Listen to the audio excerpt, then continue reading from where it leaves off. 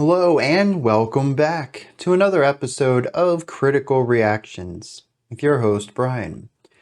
We're going to wrap up this week with an album reaction, as we usually do, this time checking out the band Black Tongue, which I don't think I recognize the artist name at all. I will tell you though, looking at this album art,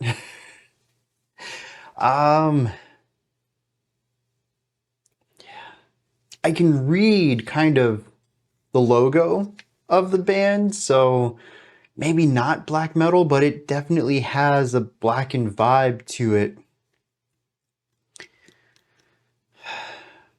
I think I'm in for a rough time. That's what I'm trying to say here. We have 10 tracks ahead of us, 43 minutes in length. We have mostly a bunch of shorter tracks, mostly stuff between the 3 to 5 minute realm, though we do have a 6-minute track in here. Let's dive in. Kick it off with the first track, The Eternal Return to Ruin. And I'm telling you, man, that track right there does not instill confidence that I'm going to have a good time. Let's kick it.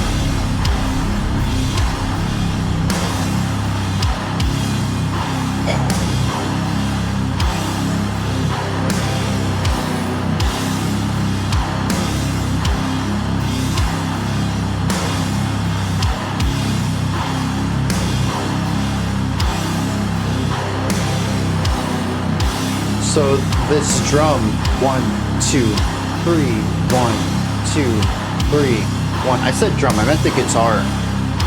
The guitar is mostly working in groups of 3, but our drummer's really trying their best to lay down a 4, and it's creating a lot of friction where it's kind of tough to figure out where 1 is.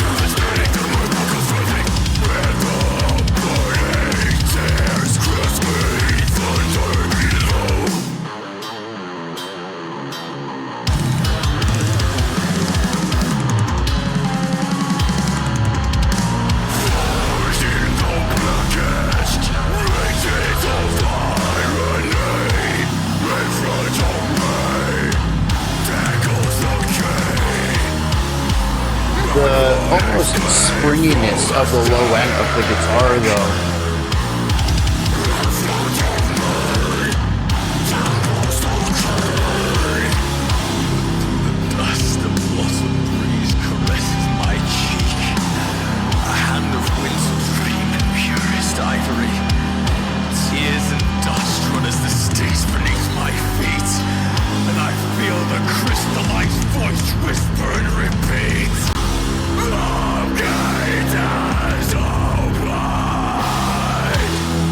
Well, for a brief moment, we had an escalating half-step idea that I thought was pretty cool, but ended up going nowhere.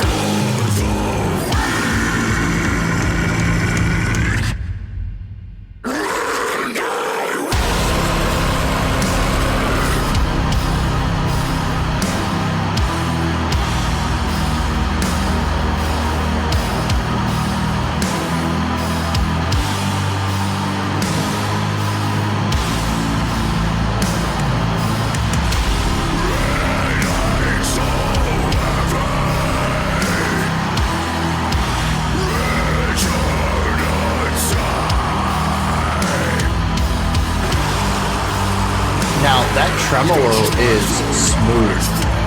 It doesn't feel like tremolo, but there is a slight warble.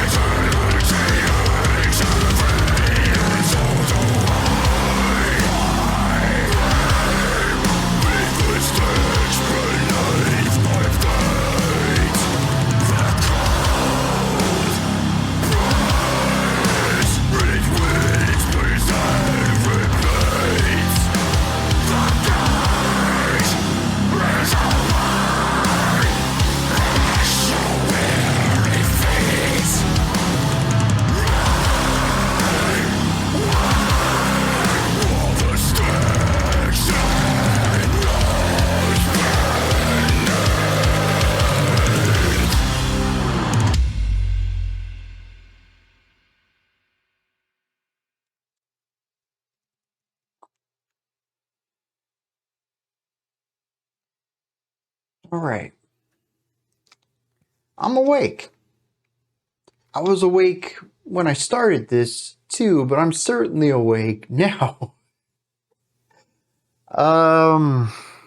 Time is so weird on this track. Like I mentioned right from the start, I kind of laid down a pretty straightforward 3/4 idea. It had a weird twist at the end, some sort of extension. I didn't quite figure that out, but generally speaking, we were working in groups of 3. The guitar was clearly laying that down.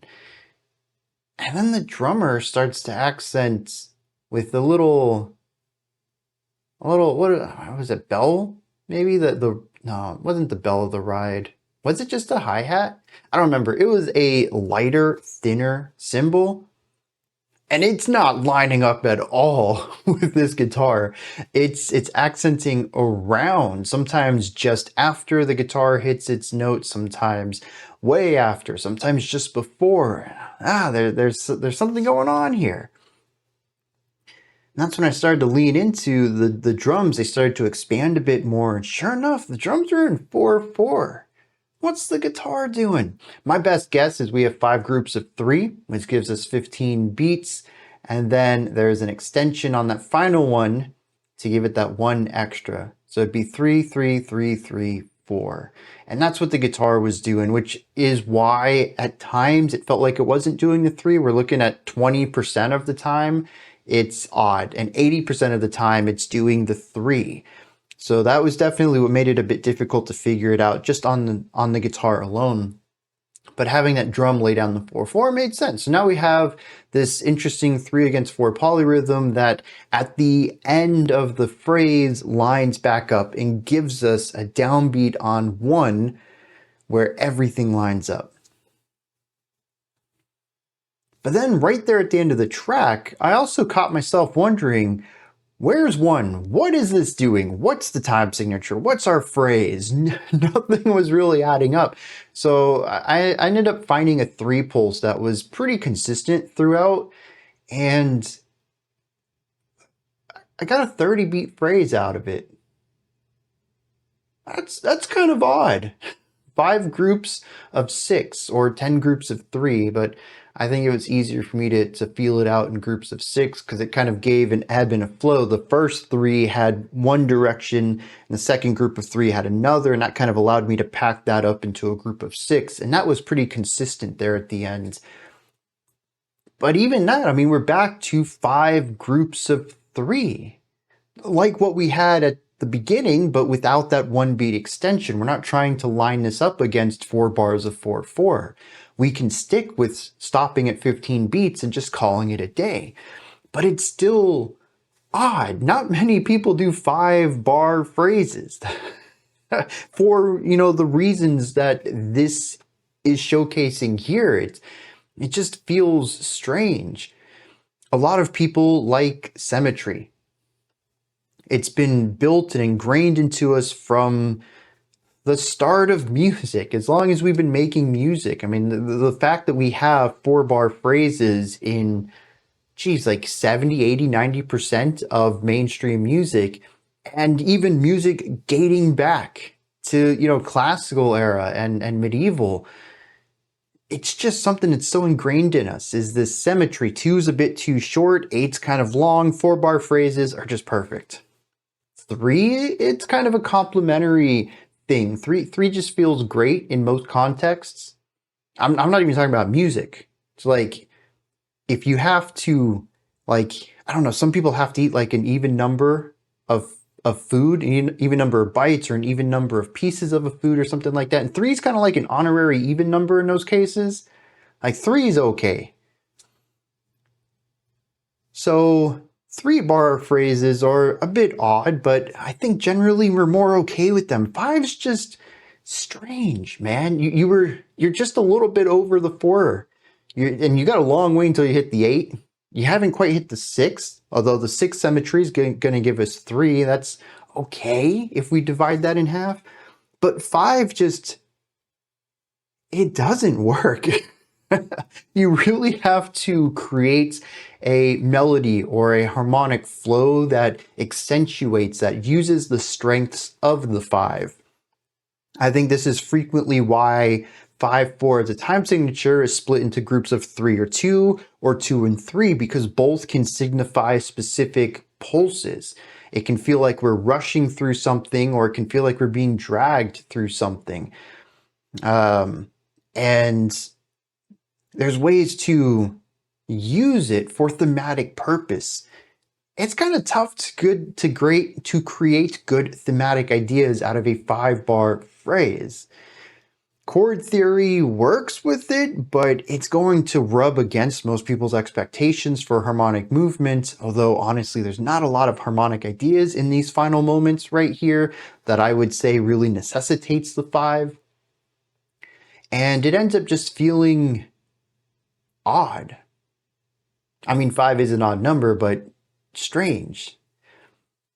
When we get to what feels like an ending, there's a little bit more to it, but the extra doesn't neatly wrap things up, and it doesn't nicely take us back to the beginning of the phrase either. It's sort of just a thing that is.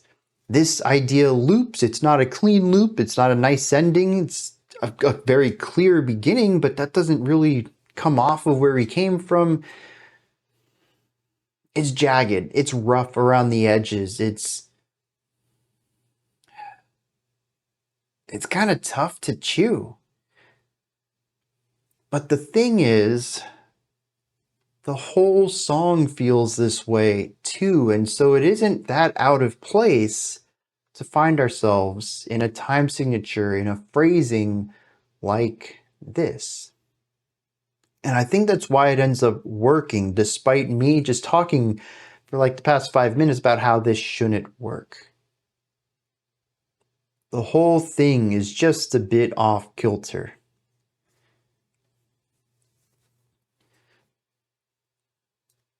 Now, speaking of off kilter, what's going on here with like intentionality, genre, sound? I really thought I was in store for deathcore, given the opening guitar work being low and guttural, the specific timbre of the guitar tone, but also the focus on singularity of pitch. Deathcore can have riffs, but deathcore breakdowns are focused on rhythm and texture, and honestly, a lot of deathcore is focused on rhythm and texture. And then the vocals came in, absolutely deathcore style vocals, particularly with the 2 types of harshes that we hear frequently, but also, as we saw in a couple of these moments where the instruments cut out entirely, we would get these vocal stacks. 2 or 3 different harsh techniques all overlaid into something demonic. This, once again, is very deathcore. But as we get more through the song, I find that I'm relating more of the compositional side of things to doom metal. Slower ideas, while the vocals are still deathcore adjacent, the riffs, the drum work, slow, plodding, it's heavy. It's taking its time, creating weight. But it also has an atmospheric bend to it, and that kind of gave it a little bit of a, at times, a blackened feel. I think more so because the guitar tones don't really feel doomy to me. They kind of have an edge to them rather than a bluntness. Doom does really well with blunt guitar tones. Black metal does really well with edgy guitar tones. And then at the ends, I started to pick up on a tremolo picking technique. Almost completely disguised by the effects going on the guitar too, which I found interesting. It almost has a little bit of a waver to it. I can feel like there's a constant picking going on, but it's lacking the harsh attack that constant picking typically has. Kind of pushing it into the realm of a shoegaze style of tremolo. Although, to be honest, I think we were working with 16th notes, not tremolo, but still the idea of constant picking showing up and not really being that audible is what was going on here. And black metal, particularly black gaze, does that too. So we have all three styles of extreme metal, doom, death, and black, mixed with a little bit of the core sound from metalcore. And this is kind of neat. There are some sections in here that I think kind of worked for me. Some sections that sounded like a very heavy metallic version of more atmospheric post-hardcore, which is probably just a bleed over from the metalcore side of things, just all the punk influences kind of coming in here. But most of this is incredibly extreme and weighty and aggressive and distorted and gnarly and disgusting. I don't know that I enjoyed myself through it, but I am kind of intrigued about the process of how this band came to this point. I mean, the three core extreme metal subgenres are all present in ways here, and there's a punky element tossed in too. Just how do you get to this point as a band and say this is what we're gonna make? We're gonna smash it all together. I don't know. Through that lens, though, there are some interesting riffs in here. There are a couple of really sick drum fills. Dude, the one coming from the intro into that first verse was, wow. Honestly, I thought that's what we were going to get a lot of, and we ended up not. I think the next time the drummer kind of surprised me a bit was a minute until the end of the track. We got a nice fill into the outro, I believe it was.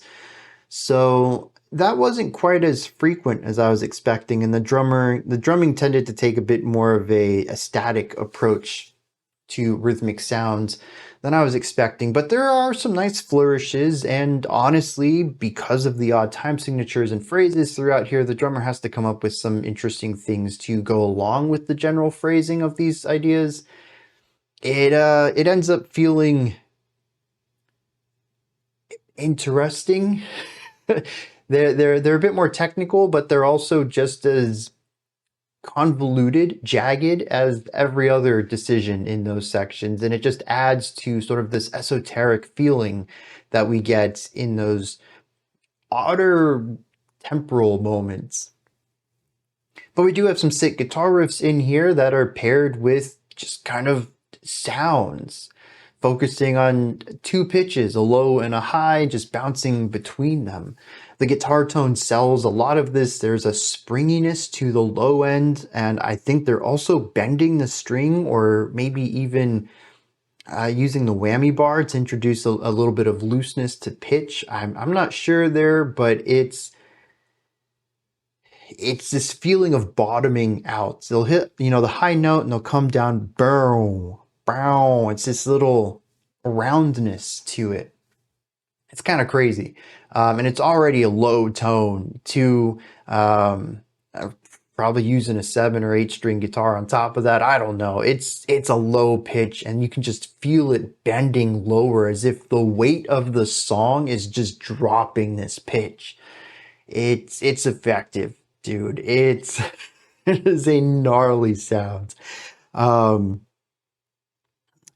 what else? The bass is booming in here, but I didn't pick up on anything of interest. It's either disguised under the guitar and it's playing what the guitars are playing. There is a really thick low end that I don't think the guitars are able to achieve unless they've got some bass strings on the guitar. So I assume that's what the bass is playing, but I had a tough time hearing it around all of the noise, which I guess that's the last thing I need to bring up here. Although I just kind of go off that last section. The vocalist is impressive too with all their harsh techniques. But the atmosphere of this, the emotion of this, what is going on in this track, it's heavy. It's demonic, maybe even. It's certainly gnarly and extreme, but it feels like a weight bearing down on me at all times as I walk through a realm full of disgusting, otherworldly things that I have no context for, like being transported to a 6th dimension realm where everything seems fleshy. It isn't, but that's the nearest analogy I have, the nearest parallel for the textures I'm seeing and feeling, and it comes off as incredibly gross, but maybe it isn't. Maybe this is just the ground in this realm. I feel like I am jumping to conclusions, having too strong of a gut reaction to just how disgusting this all is, but maybe it isn't. Maybe it's just that extreme compared to what I listen to. Does that make sense? But then again, we do have the album art here, which seems very grotesque too, so maybe I'm not that far off from the intent either. Let's hit some lyrics on this. All right. I don't know that I would have understood this without some of the comments on Genius.com. And I don't even know if I'm supposed to understand this yet. It is incredibly vague, and once I understand what it's about, all the things lock into place, but I wonder if I'm not supposed to understand the topic until the album is over? Or at least maybe until we get a little bit more through this. Regardless, this seems to be a track about someone committing suicide, or at least ready to.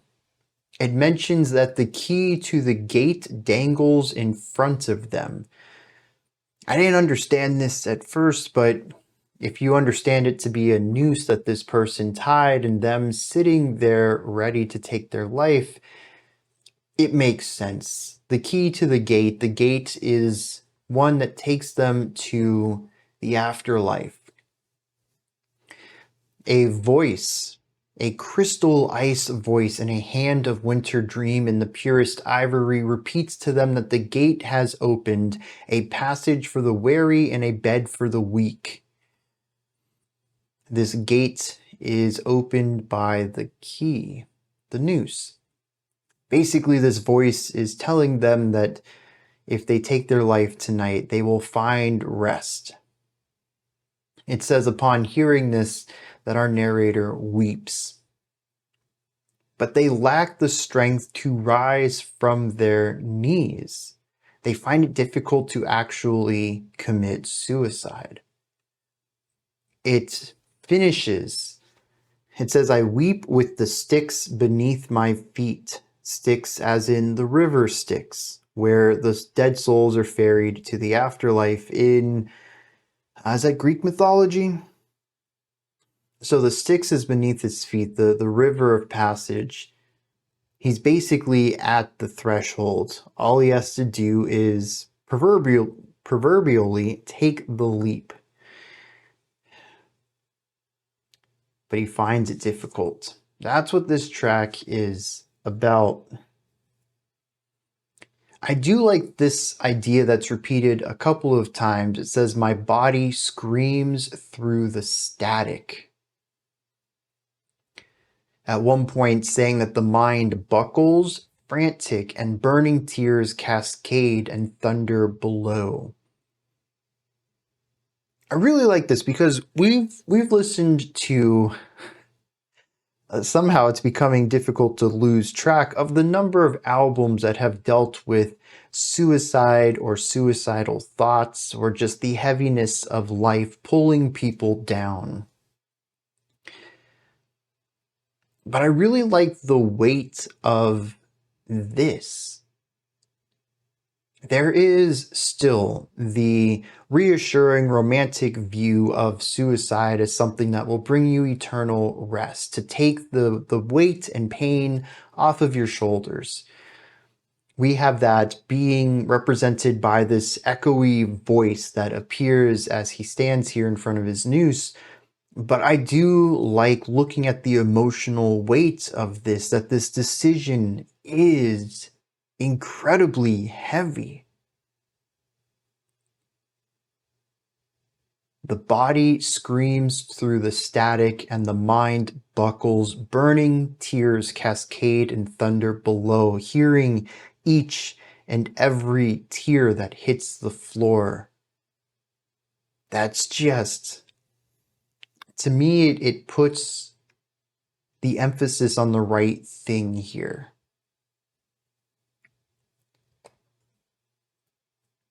That this isn't an easy answer. This isn't the easy way out. This isn't something that people do that are thoughtless about it. And even people who do try to commit suicide sometimes are even torn about it in those final moments. That's what this is about. Someone on the threshold, ready to go, but still not sure if that's what they should do. I wonder then if there isn't something in life that keeps them here. A person or an activity, maybe it's art. Maybe it's also a fear of death.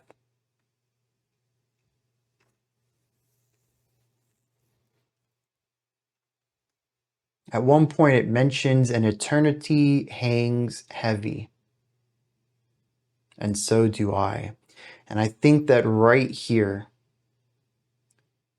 it shows that he took his life.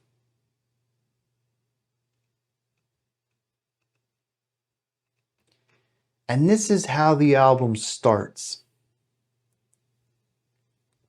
This is how the album starts. What did I get roped into here? All right. Does anybody want to request like a pop album?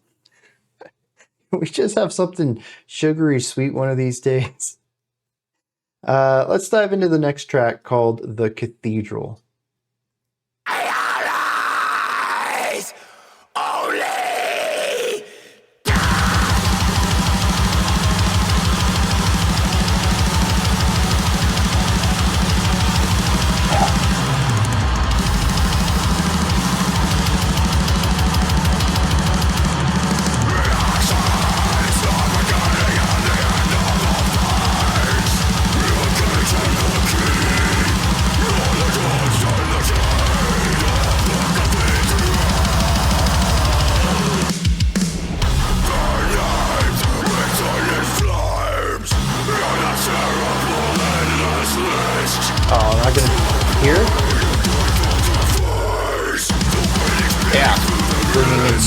Bringing in silence.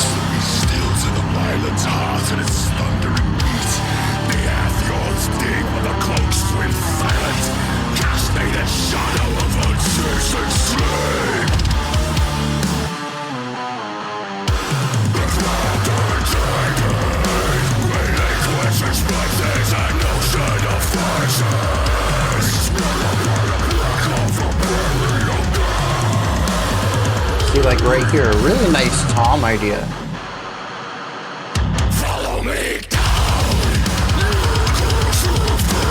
But then we come to something a bit more straightforward from the drums.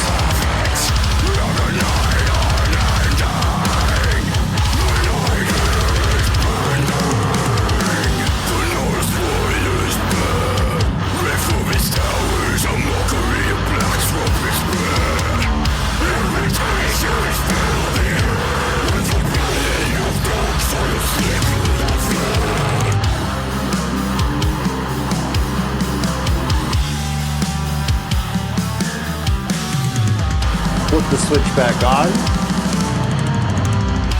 Turn the switch off. Okay, that's fun.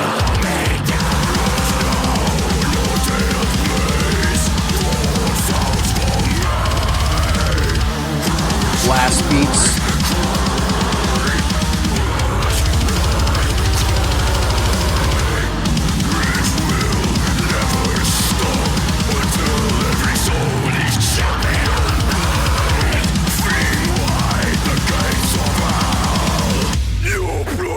Soul has returned!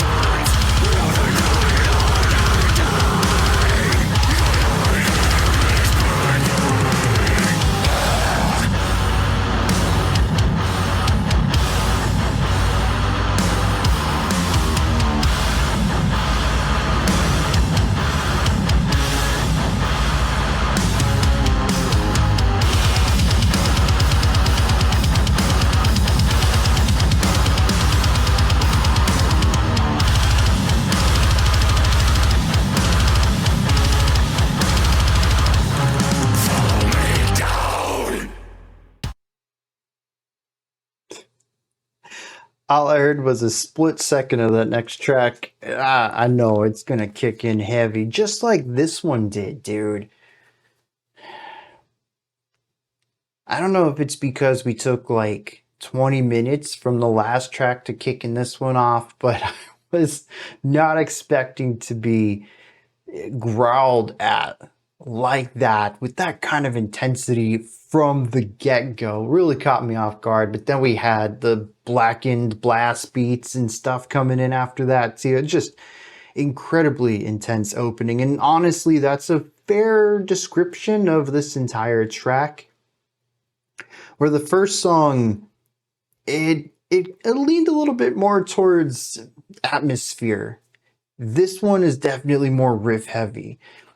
Even towards the end, when we enter more atmospheric segments, it's not really focused too much on texture from the guitars exclusively. We still have riffage happening. Another thing though is the use of silence. I mean, having no instrumentation in that first 10 seconds was impactful, but also to carve out all the instrumentation to focus on the vocals for specific parts of that first section, the first verse maybe. I mean, that has impact too. There's a lot of moments here, even looking at the place I was talking about, turning on the grid, turning off the grid. We're shaping the size of this sound, having these massive monstrous tones and then bringing it down to these thin ideas, using space to create movements. That's something we hear so often in here. Movement and impact, I suppose. It's well done every time. And I think, honestly, I mean, based off these like 9 minutes of music here, this is not my cup of tea. I'm not going to enjoy this album. But I do like moments like that. It's kind of weird to say, but as filthy as this album is probably going to be, and as gnarly as it already has been, there have been some fun parts to it. And I think carving out those spaces, turning on and off the extreme fuzz, I mean, these are fun little ideas. The drummer gets some opportunities to shine on this one. We had a really cool tom run at the beginning before locking into more of a blackened, static idea. Okay, so you remember track 1? Actually, I guess it's previously. There was that springiness in the guitar I was talking about. This one has a looseness to the guitar. It was one of the later licks, probably around minute 2.5 or 3, maybe. And there was like this low end chugging for the first half, and then at the back half of the riff it's like so it's like falling idea, but it isn't just da da da da da da da. It's not like very defined pitches. It's almost slimy, worm like, just kind of like slurring between all of these pitches, getting all these microtones in there as well, while still having this descent component to it. And this is something that's really standing out to me when I think about the vocal textures, particularly how the harshes get layered and how they end up sounding through that. I know it's pretty typical for a lot of deathcore like this, but I mean, you got the pig squeals, you got the, you know, the thinner fry stuff, you got growls, and all of this has like all this spit crackliness in it too, the natural compression of the vocals, but also you know, saliva popping and crackling and stuff like that. All of this is coming together to create these absolutely that's just going to be the word of the day, by the way, gnarly. Everything's just described that way. It creates these gnarly tones in isolation, and then when you're going to stack 2, 3, or 4 of these vocal takes all on top of each other, they're totally different styles, you're going to actually have clashing of the clashing. You know, compression is a lot of sound waves just like crumbling up together and not really working, not working well in order to create a, you know, a nice supported combination of sounds. This is clashing sound waves just bouncing off of each other like crazy. That's how we create harsh vocals, is we have this natural compression. We just create a lot of sound waves and they start clashing all around here, and then we project them out. So when you have these clashing sounds from one style and you mix them with a different harsh style, they're going to clash even more. And the more layers you add up, the gnarlier and more demonic they can sound. This is where deathcore, to me at least, maybe all of deathcore, but certainly modern style deathcore vocals really comes from. It's the core of this sound right here. It's the layering up of all of these discordant tones. And, you know, when I think about that, when I think about the sliminess of the guitars in this one, when I think about the springiness of them in the last one, it's a lot of production intentionality.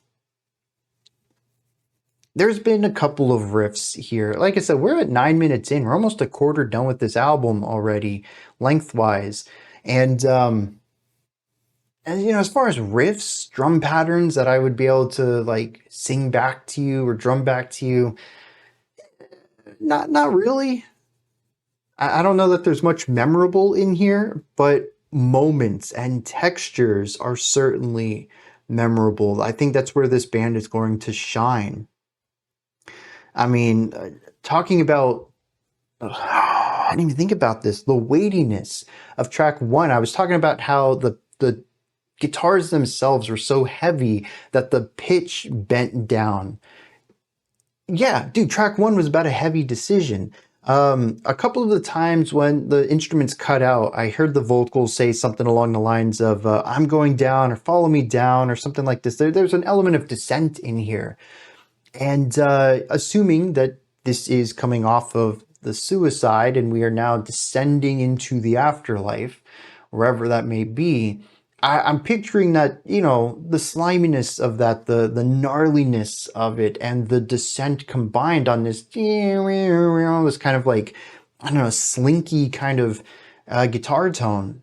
It's purposeful. It describes what's happening musically. This is really interesting, where it kind of combines sound effect creation with storytelling, sort of the same way that people in, you know, like film will use all sorts of different techniques and instruments and stuff in order to create sound effects for film.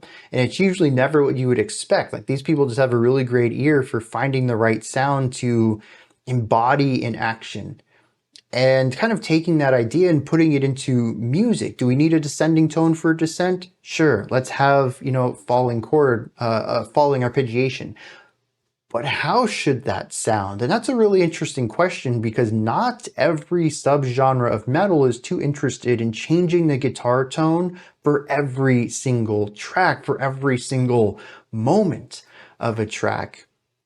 There is a core, a central guitar tone here that I think is generally used for more of the chugging riffs and stuff like that. Something to fall back on when you're not aiming to create a moment. But in almost every section that has grabbed me on sort of a visceral level, something a bit more artistic than musical, it's because of the production, it's the engineering of this track. I mean, what have I talked about here? The way that the vocals layer up, the use of space in here, it's all been production talk, this analysis segment. I really do feel like it's where their strength is. And I think that's what's going to stick with me when this is all over, because, you know, when I head into like the emotional element of this, is it really that different from track one? I don't know. I think this one has a bit more drive to it, more intensity as far as energy goes. It's less brooding, less of the doom side, more of the death side, or more of the blackened side is what I get out of the composition here. It has energy and forward momentum to it, but it is still a gnarly, weighty, heavy, massive, dark track. There's nothing bright or beautiful in here at all, and that is consistent with track one. It is, at its baseline, still deathcore. And so I'm not expecting the brutality to lighten up at all. But I am looking forward to more of these moments as we get through this album and the production as a whole. Let's check out some... I don't want to check out lyrics. This is not going to be fun. All right, so here we have what appears to be what our narrator sees after death. The first line, in isolation, there is only death. After that, we hit a stanza that talks about a cathedral where all are judged, that this is the beginning and the end of all things. Talks about it says their names are written in flames on an endless list, and true pain is engraved on their face. We definitely seem to be speaking about some sort of, Christian hell here. There's just suffering everywhere. And of course we have the flames, we have the fire and brimstone thing going on here. It talks about there being a violent heartbeat and thundering sounds everywhere. It says, follow me down. That the light here is bent, there are gnarled spires that are bare, that there's a mockery made of black trumpets blaring lamentations through the air. It says it never stops, every soul is charred beyond burned. Twisted, jagged teeth of petitioners led by bound wrists past men gasping for air in lakes of boiling piss, unable to drown. It just talks about how vile and painful and torturous this realm is, but the phrase that continues to be spoken is follow me down. I don't think this is from the narrator, though. I think this is from that voice from track one, the one who mentioned that they were close. All they had to do was put the key in, that the gates would open and they would find rest. That voice, the icy, chilly echo, I believe is how that was described, is the phrase, follow me down. That's who's speaking it. Yeah, not a fun track here. Another one. To be expected, I suppose, and with tracks like Second Death, Black Fawn, Tempo, Temple, Abuse Ritual, Parting Soliloquy, I'm not thinking that this is going to be a happy album. Let's dive into this next track.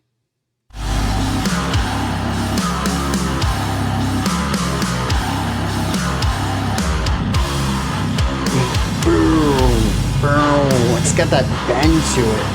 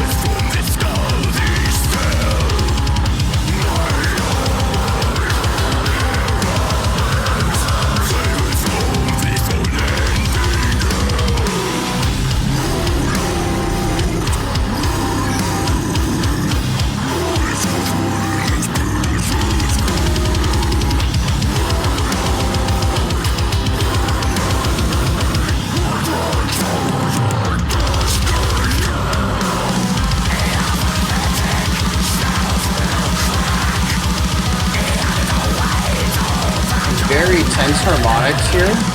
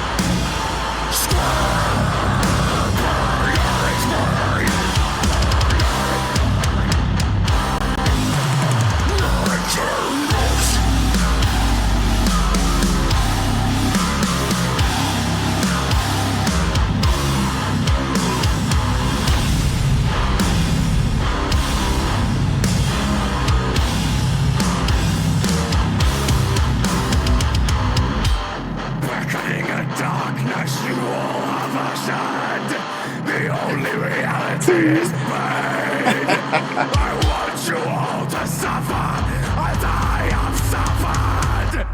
I want you all to suffer. 5 layers on that one.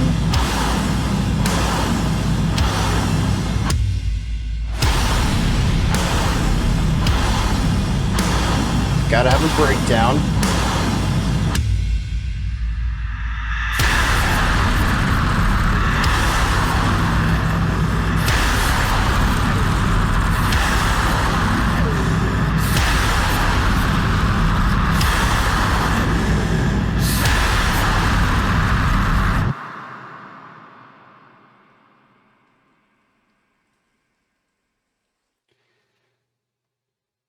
All right.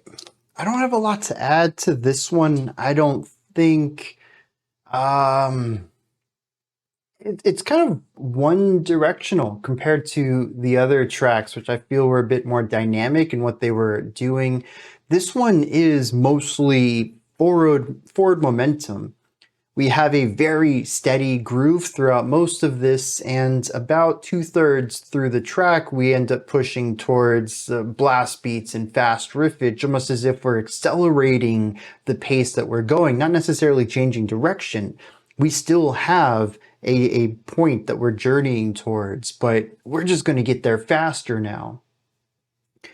And then we bring it back to the original tempo, but the directionality hasn't changed. The momentum hasn't changed. We're still going there. We're not stopping. We're just slowing down a little bit here.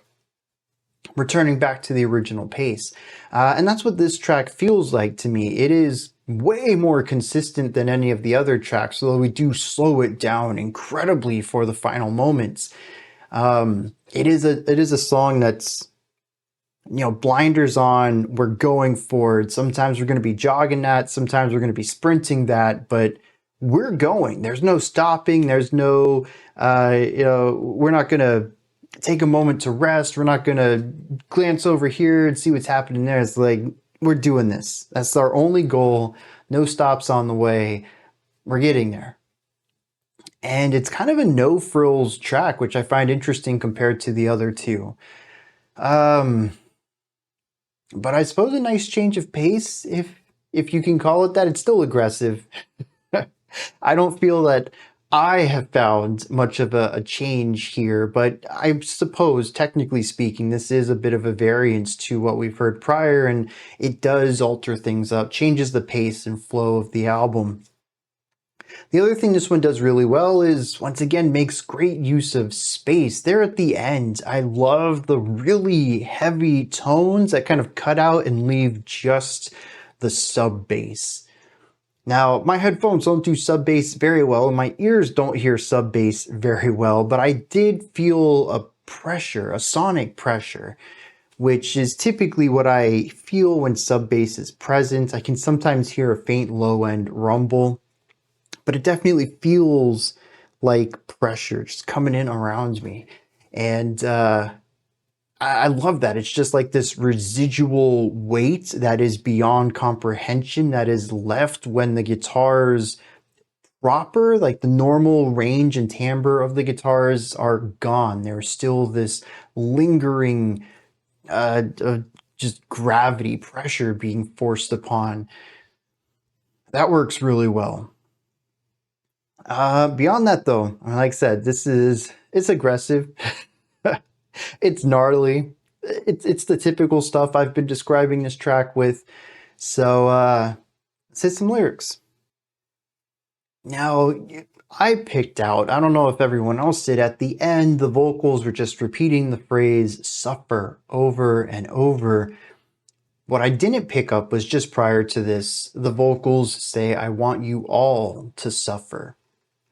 And this is actually the general concept to this. I don't know if this is the ruler of hell, maybe even with a bit of the tongue-in-cheek that we'll see in the middle of this track. This could also be Lucifer here, the devil himself, if we stick to the Christian mythology here.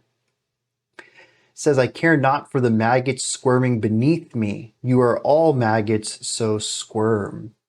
It talks about how all these people are pathetic shells and that eventually they will crack beneath the agony that is put upon them. It talks about that no one can imagine the pain that exists down here, that they scream echoes into the void. Their screams land on no one's ears. No one is coming to save them. It says that they scream, my Lord, hear us, free us from this unending hell. And then almost in a bit of sarcasm, our narrator repeats, oh Lord, hear me, I suffer in this pit as well.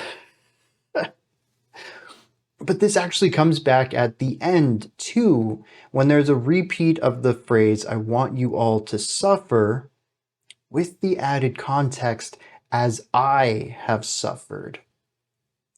And that's why I wonder if this is from the perspective of Lucifer, kicked out of heaven and forced to rule over hell in the fire and screams and agony of everyone.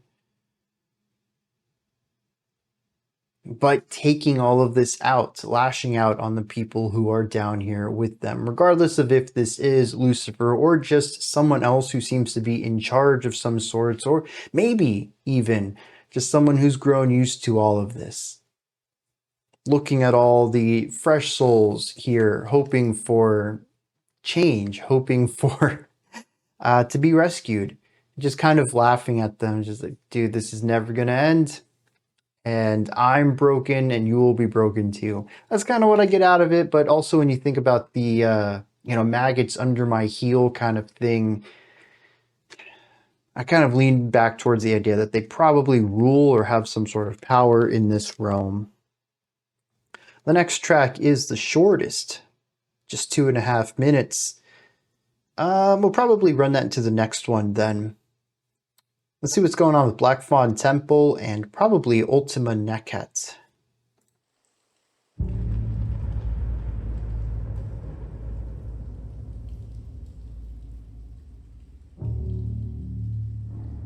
So track 3 actually went into 4. I wonder if 4 is going to go into 5. Should I have listened to this whole 10-minute block together?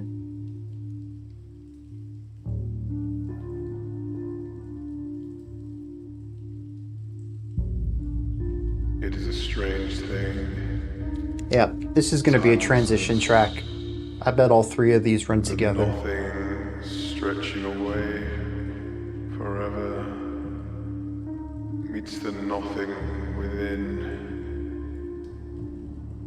and collapses.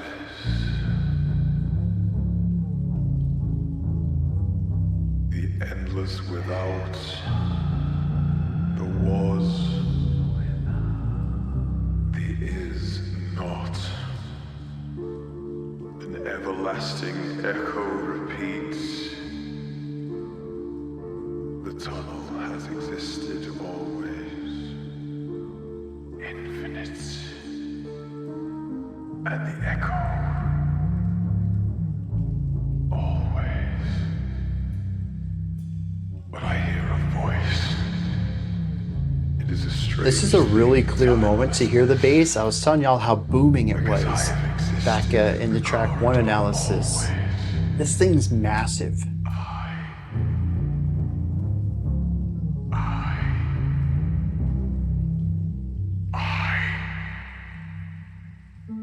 There is a light.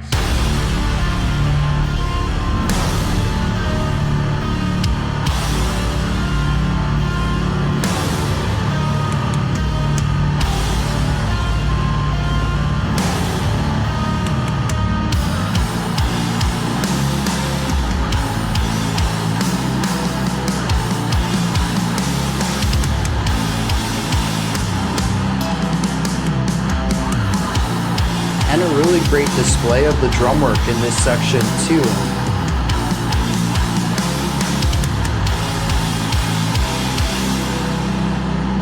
Something a bit more melodic.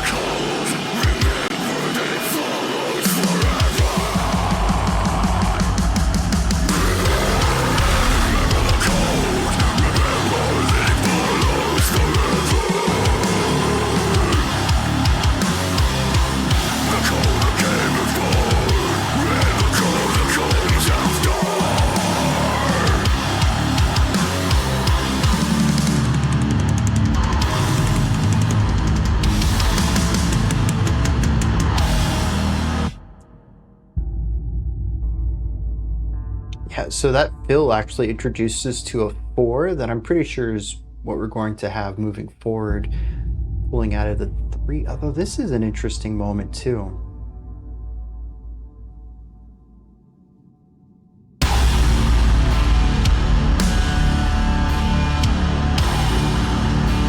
There's the 4. Really sneaky. Introducing that into a drum fill prior to silence or near silence.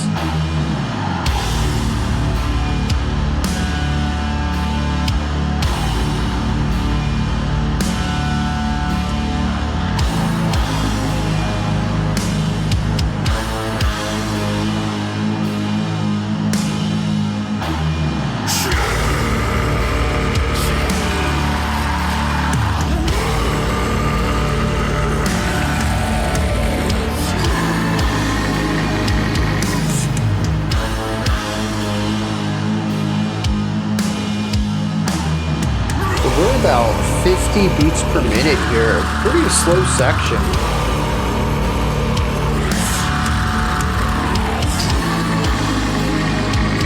That call and response between the growl and the gnarly higher pitch harsh.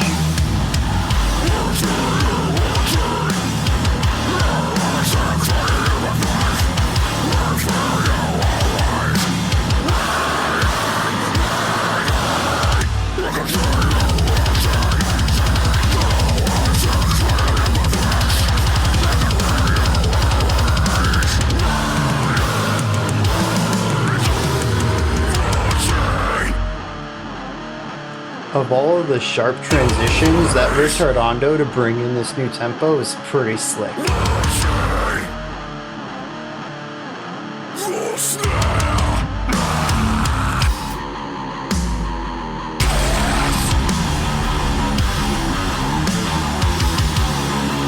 A lot of momentum on the guitar despite the lower tempo.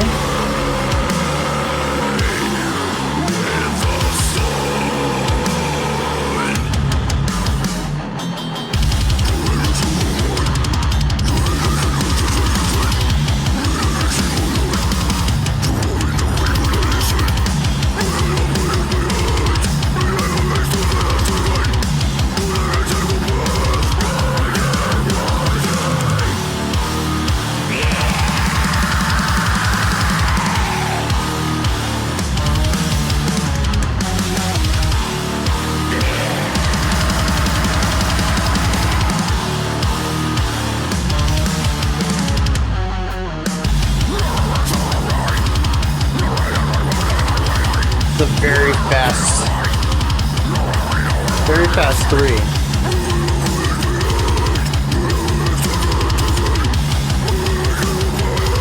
Although probably triplet feel in this 4.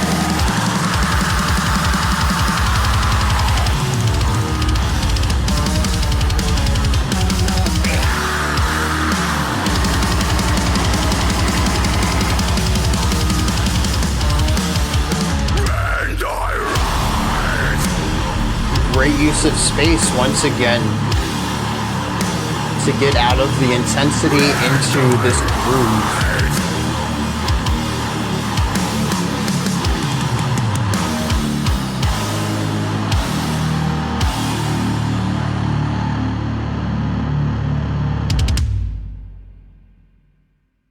Yeah, and that's a very clear ending. So 3, 4, and 5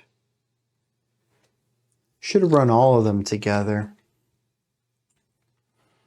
On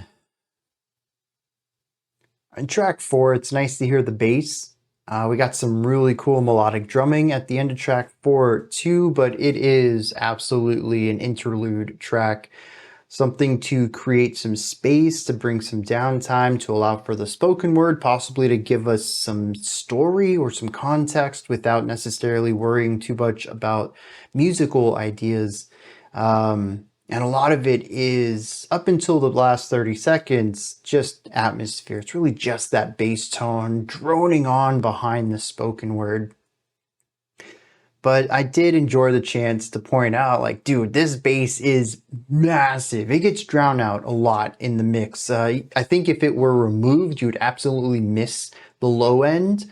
But given just how deep the guitars can get and how booming the bass kick is, it does kind of get swept up in the low end of everything. I mean, even our vocals get into those lower tones too. So there's a lot of things going on at the bottom end of this track, of this album, that's competing with the bass. It's not like the cymbals, which have nothing to fight with. There is nothing in the high end. And I think that's what makes every time the dude hits the bell of the ride cymbal so comical to me, is that 99% of this album is low end filth. And then every once in a while you get this really bright ting.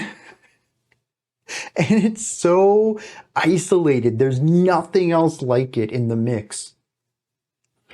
Man. And the best part is when the cymbal gets hit in the middle of nothing, just a pocket of silence.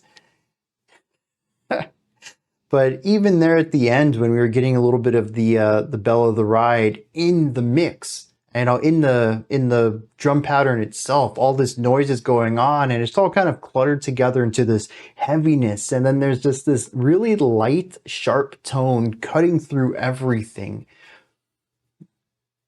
So, yeah, I mean, they kind of have the opposite problem. The bass is fighting with everything and you kind of lose it, but the cymbal is so out of pocket because there is nothing else like it, that it also is kind of unusual too. Similar problem, different result out of it. Just a bit, I don't know if I'd call it imbalance in the mix. It certainly achieves the sound they want, but it is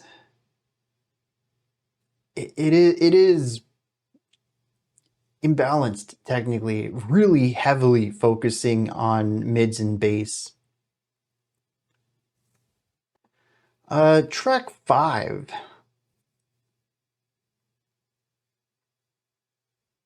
I don't know if there's much in here that I can add on to.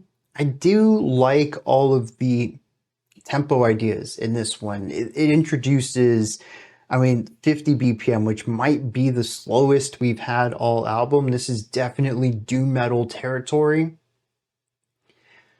But we also have the retardando, which is where we were higher and gradually slowed down to hit that final section. I thought that was very smooth, but I also noticed just how often we have harsh transitions. It's something that I haven't really noticed too much because, well, that's just metal, isn't it? Yeah, we were doing this riff, now we're doing this riff. That's so common in these types of extreme metal.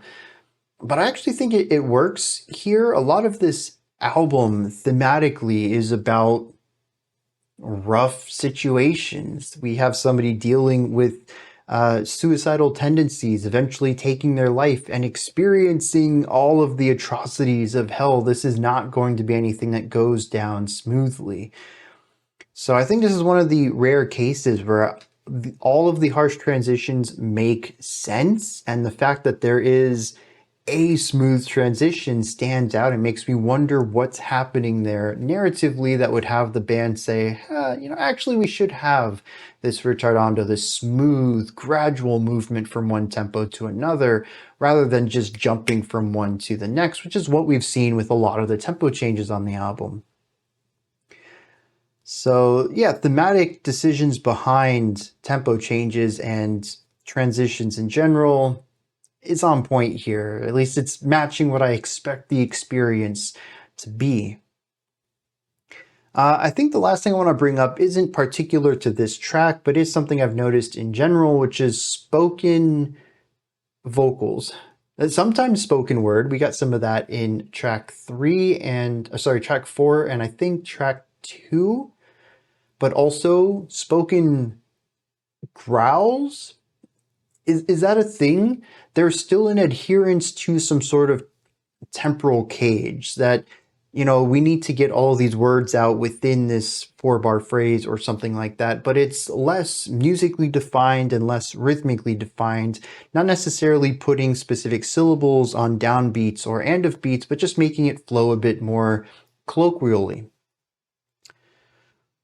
This has popped up twice now out of 5 tracks, and I wonder if it's going to be something that we continue seeing, and I wonder too what the pattern is. I did notice in track 2 there was a moment where there was lines in quotations, and it was the point where we were seeing the people pleading to God to save them. This was deliberately noted in the lyrics that it was not spoken from our narrator, but instead spoken from someone else. And I wonder if this is actually lining up with the pattern of spoken sections, whether it is spoken word or spoken growl, a way of deviating from the narrator's perspective to someone else's. Instead of changing the vocal style, we change the vocal cadence and the vocal delivery. I don't think this is going to be something I'm going to answer for myself by the time this album's over. Oh geez, we're at the halfway point already. I sometimes forget how quickly we can get through shorter albums. I'm so used to these, 60 and 70, 80-minute albums y'all give me. 43, dude, it feels like we're almost done with it, right? Yeah, we're halfway through the album though. I don't think I'm going to be able to answer this, but maybe some of y'all who are more familiar with the story, more familiar with this album sonically and thematically, you can let me know if any of that lines up in any way that makes sense, or if it's just something that randomly pops up, something like, oh, this section's more atmospheric, something spoken word would match there better than, traditional growling. Yeah, let me hit some lyrics on this one. Now, unless I'm mistaken, we've jumped back in time. Track 4's Black Fawn Temple seems to be about our original narrator, not the leader of hell that we saw in track 3, but the person who committed suicide from track 1. And this seems to be the journey from life to death. It says it's a strange thing, timelessness. The nothing stretching away forever meets the nothing within and collapses. The endless without the was and the is not. Calls it an everlasting echo. And it's repeating infinitely that the tunnel has existed always, but they hear a voice. They say, I, just kind of stuttering or repeating themselves, and then they see a light. And with track 4 running into track 5, and I vaguely remember the vocals still existing here at the end, I wonder if, well, why wonder? Let's dive into track 5's lyrics and see where this light takes them. Okay, I don't see how this pairs back to track 4, and certainly not about the light. This seems to be about someone who feels another's presence on them at all times in a negative way, feeling that they are constantly judged. It says, always watching. It's our curse. I see you watching in your eyes, sear craters in my flesh. I feel you always. I am writhing.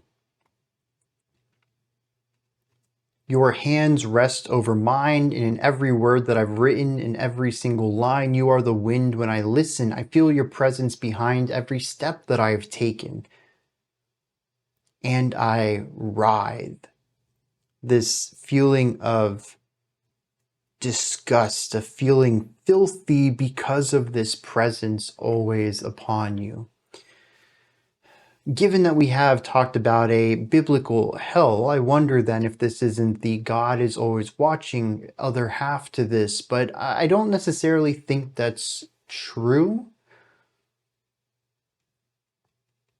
I can understand why I went there immediately, but I don't think enough of this album certainly lends itself to being a biblical album or possibly an anti-religion album, at least not yet. I need some more evidence to for me to feel confident in stating that.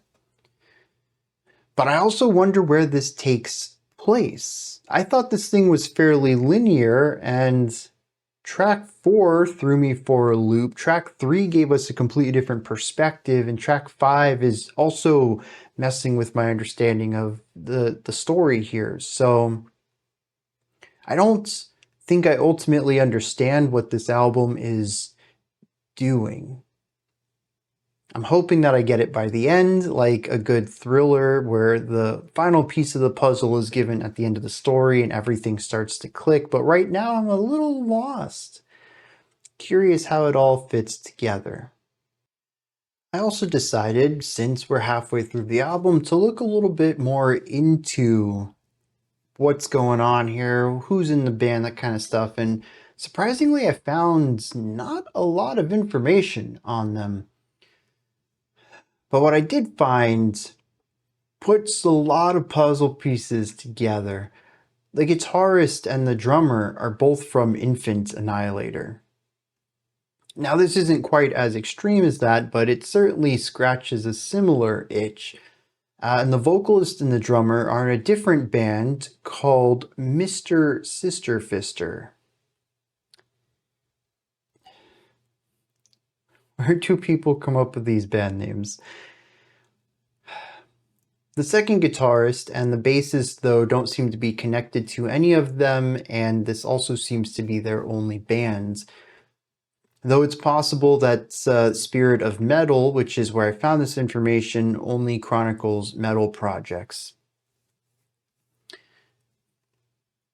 Still, though, knowing that most of this band, half of this band, a little under half, comes from Infant Annihilator, yeah, things are starting to come together.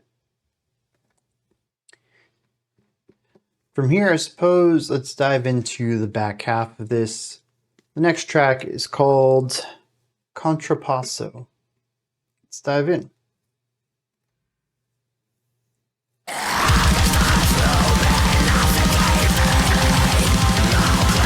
There is just no way to be ready for any of these tracks to start.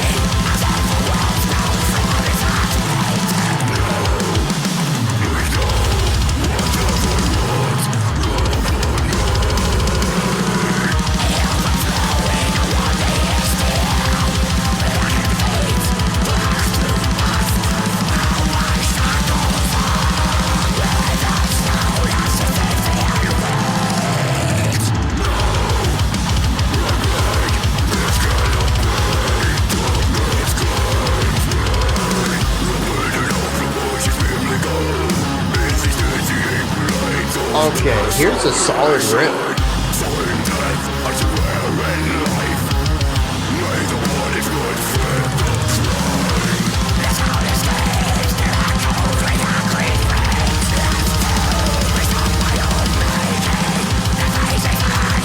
This is the second time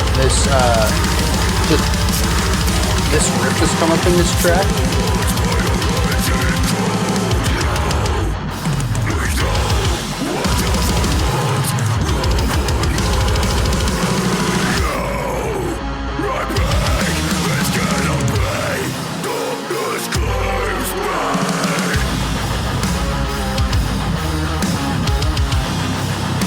Yeah, dude, the halftime feel with this riff.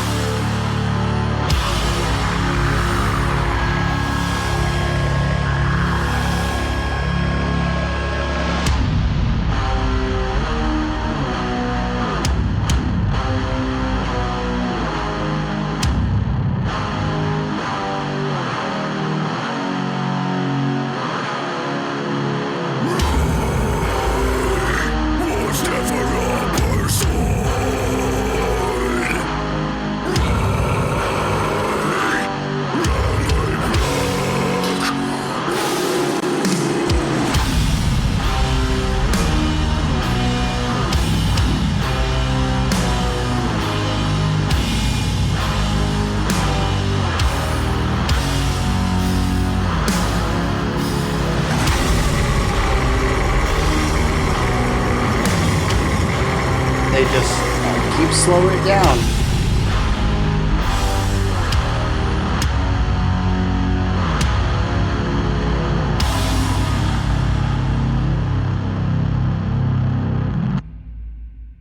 Just gonna keep it rolling.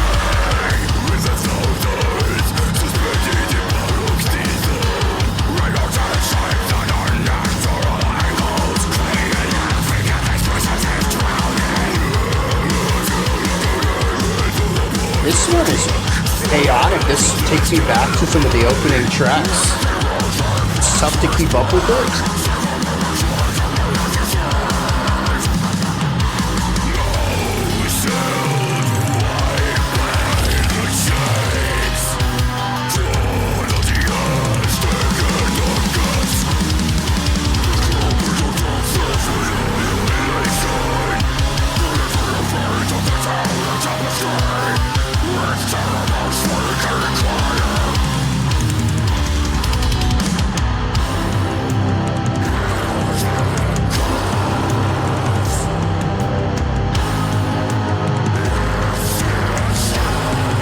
Very textured, feels apocalyptic.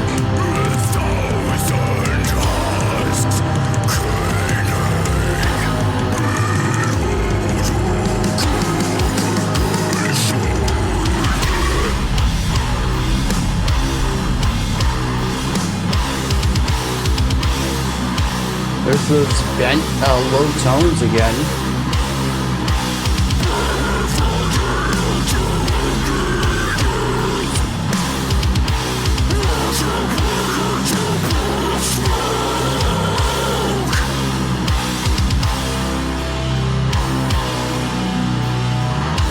I think that section was 4/4, but dude, the phrasing on the guitar was wild.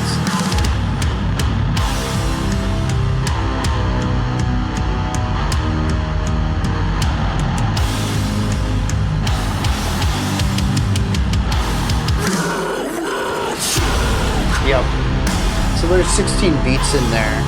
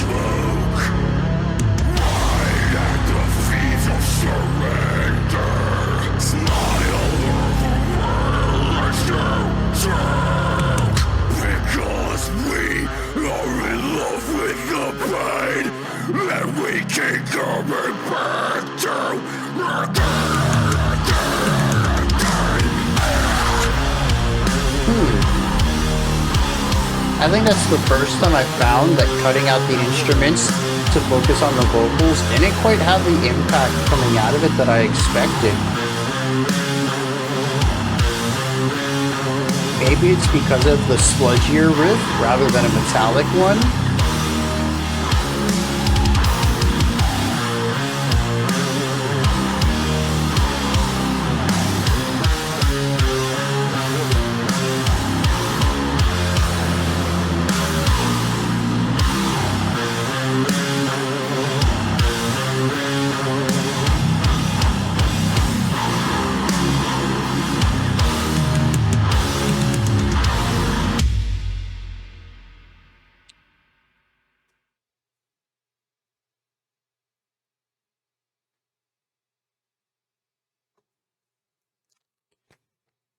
Am I getting jaded here? I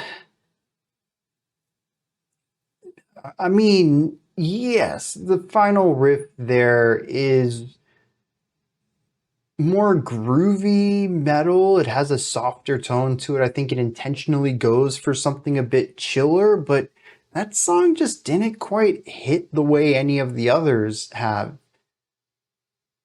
I don't know. Why did that not feel gnarly and aggressive? I really hope that was on purpose, but with a track called Abuse Ritual, I don't see how you would make that lighter. That title seems on par with, even worse than some of the other ones. I just, I really hope I'm not becoming desensitized to this. Although having been subjected, and yes, I'm using that word purposefully here, subjected to this for 30 minutes or so at this point, I mean, maybe I have. Maybe this isn't as shocking as it was at the beginning. Now, I'm waiting for the next track to just smash me in the face, and I'll be like, nope, nope, it was just that track. I could already see it happening. But, I mean, that one just, I don't know. I think it was an okay song, but given the shock value of the album lyrically and musically, this one just didn't hit on all of that. And maybe this was a lull in the album, allowing the energy to drop just a hair bit. I mean, this is still a 7 or 8 as far as energy is concerned, so that we can move into our final 3 tracks, hit our peak, and then wrap it up. That's really great pacing for the album. And maybe this is just because of who I am. I tend to be in the mood for styles, for sounds. I'm definitely an album listener in my own time, not a playlist guy. Jumping around between ideas, that's not my jam. If I'm in the mood for what this album's delivering, track 7 is going to be a skip for me every time. It just doesn't have that punch. It doesn't have the aggression, it doesn't have that shock value. It would be really great on another album, but it feels out of place on this one. I'd even say that atmospherically, it's missing the antagonism.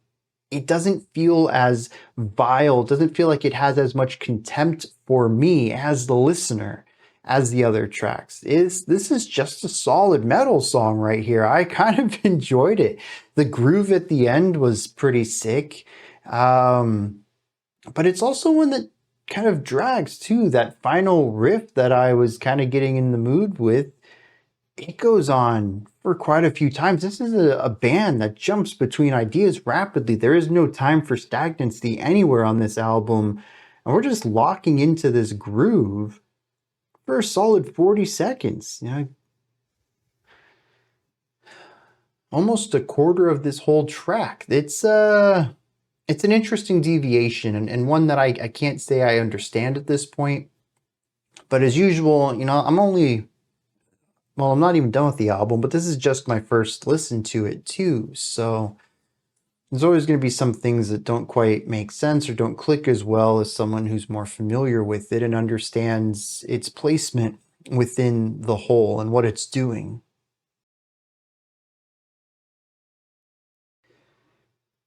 Aside from that, though, Contrapasso was, yeah, dude.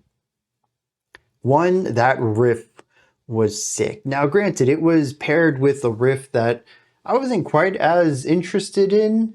It was just 3 notes of a chord, highest mid, highest low, and then we shift to a higher chord or a chord that has higher pitches in it, and we do the same pattern there, then we come back down. Like, it wasn't really interesting. It did its job.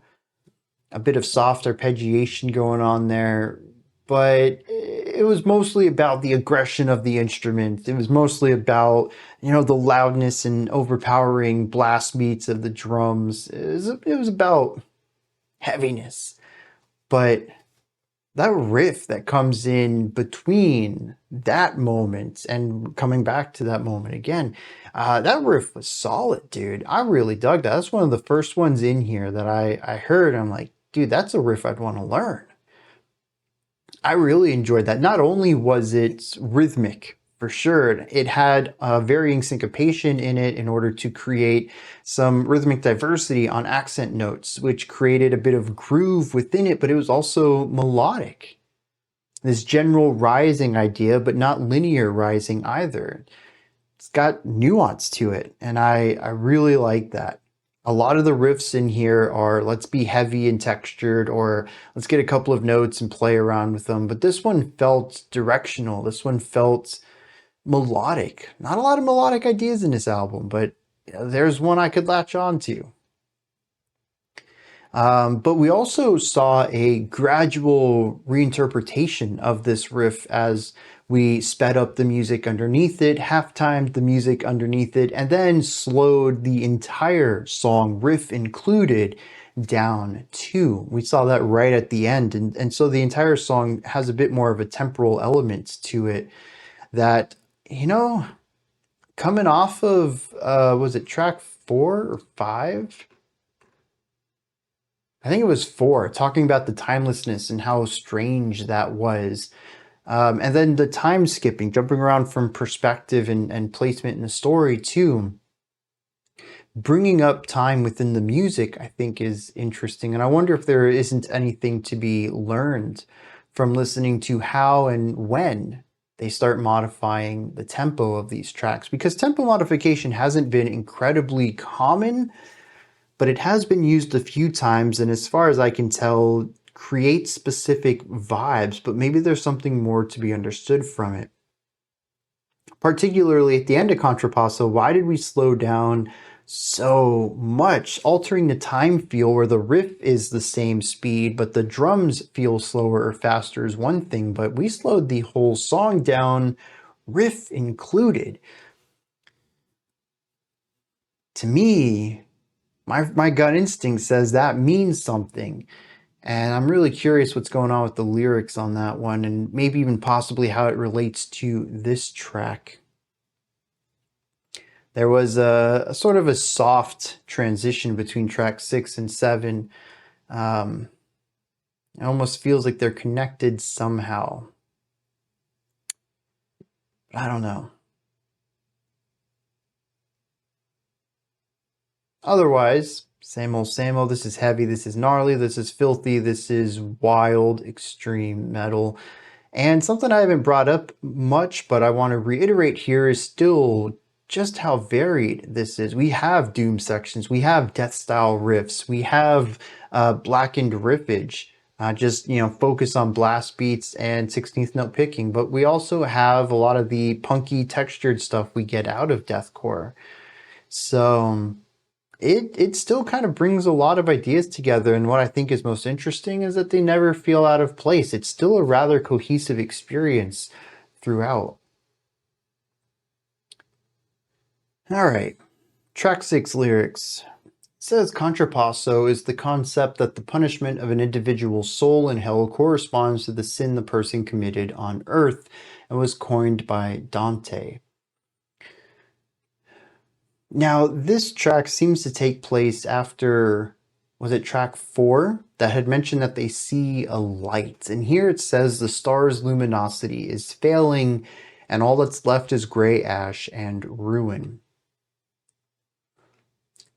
They say that they have blackened feet that are drugged through dust, and that they are bound by shackles hung with a stone of Sisyphean weight. They beg that this cannot be, that darkness is claiming them. So this seems like the introduction to hell. They wake up and are in some sort of torturous component that is tied to who they were when they were alive, if I'm basing off of the title of this track. They mention that they are in a tomb of their own making, and that faces hang above them as a warning. They were dragged here in mourning toward my horizon. I think this is interesting because since he committed suicide, he chose this, but these other faces that acted as warnings were simply sinners that died by natural means or just whatever. Maybe they were killed by something, but they didn't choose death. They were dragged to hell. But here, he sees them as a warning. A phrase that's repeated often throughout this track is, "What have I wrought upon myself?" Basically questioning or coming to the conclusion, if they knew what was to come after this, that it wasn't actually rest and calm, that the voice they heard urging them to ditch their weary life for eternal rest was actually lying. They would never have done this in the first place.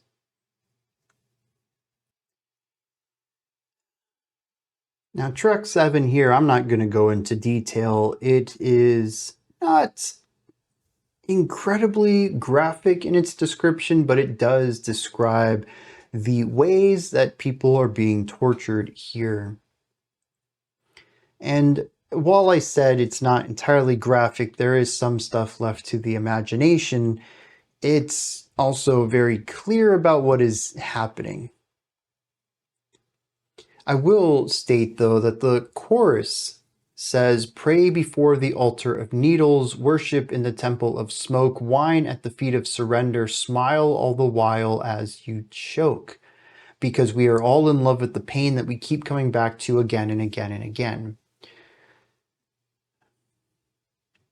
And this is interesting. It talks about how every single component of this is ritualistic, but is also filled with pain, with discomfort, and that people surrender to it because they enjoy it.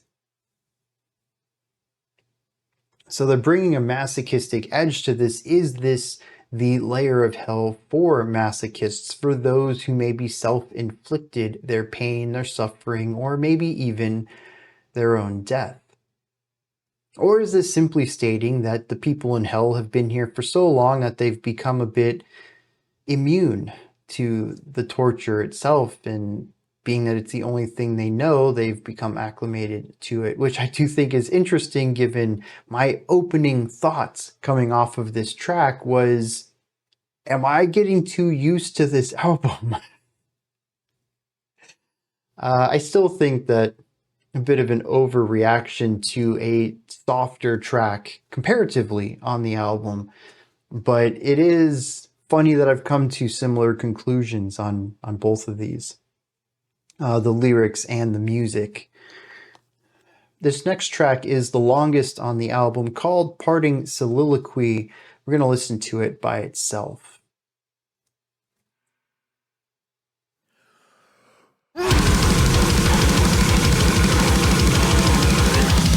And here I thought that maybe it would be a little softer.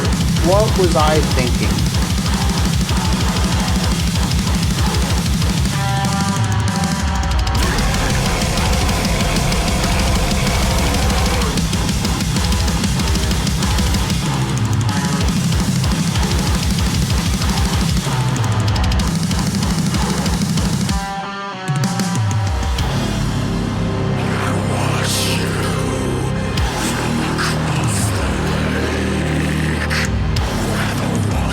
Now, see, this is more of what I was expecting.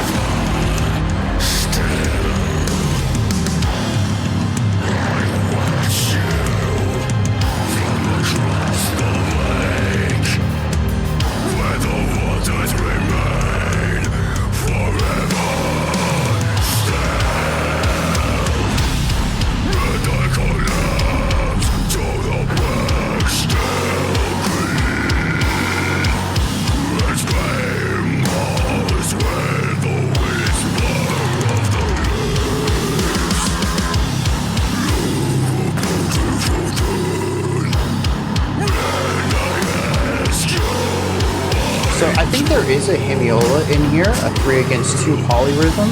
I can feel both a 3/4 and a 4/4 in this.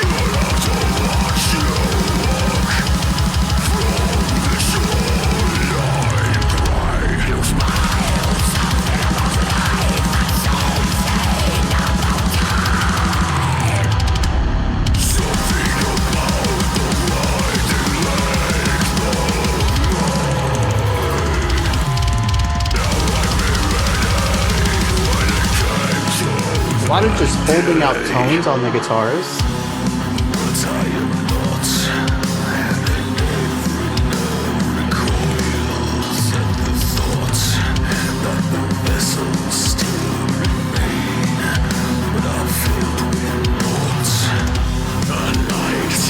Very subtle pitch shifts too.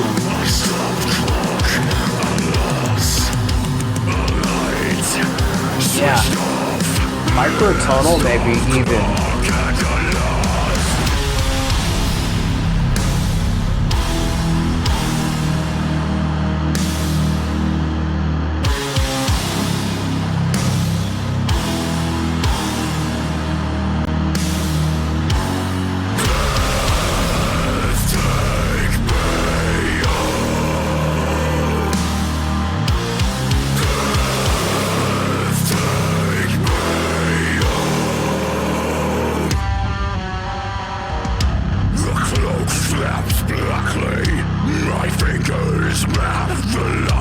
I can understand these words.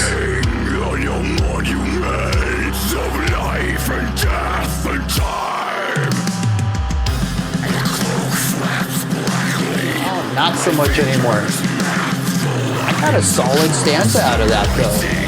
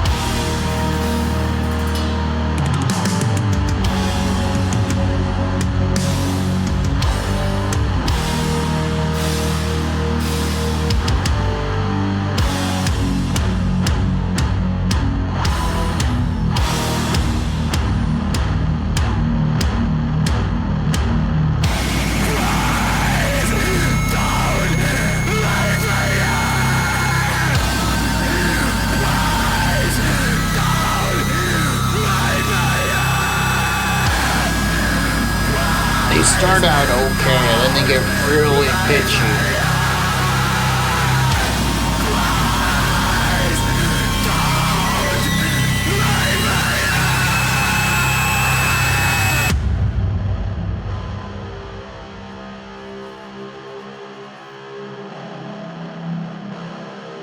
Oh no, there is nothing much coming out of the right side.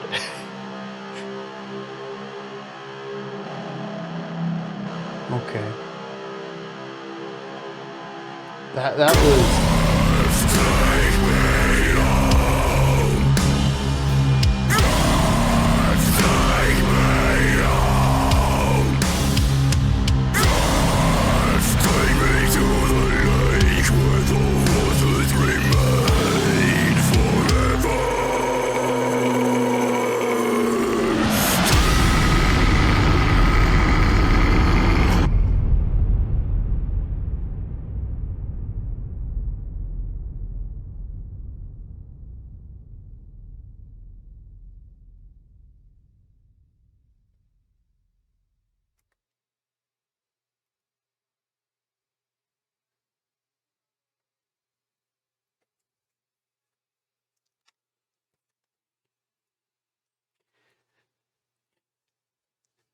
I didn't vocalize this.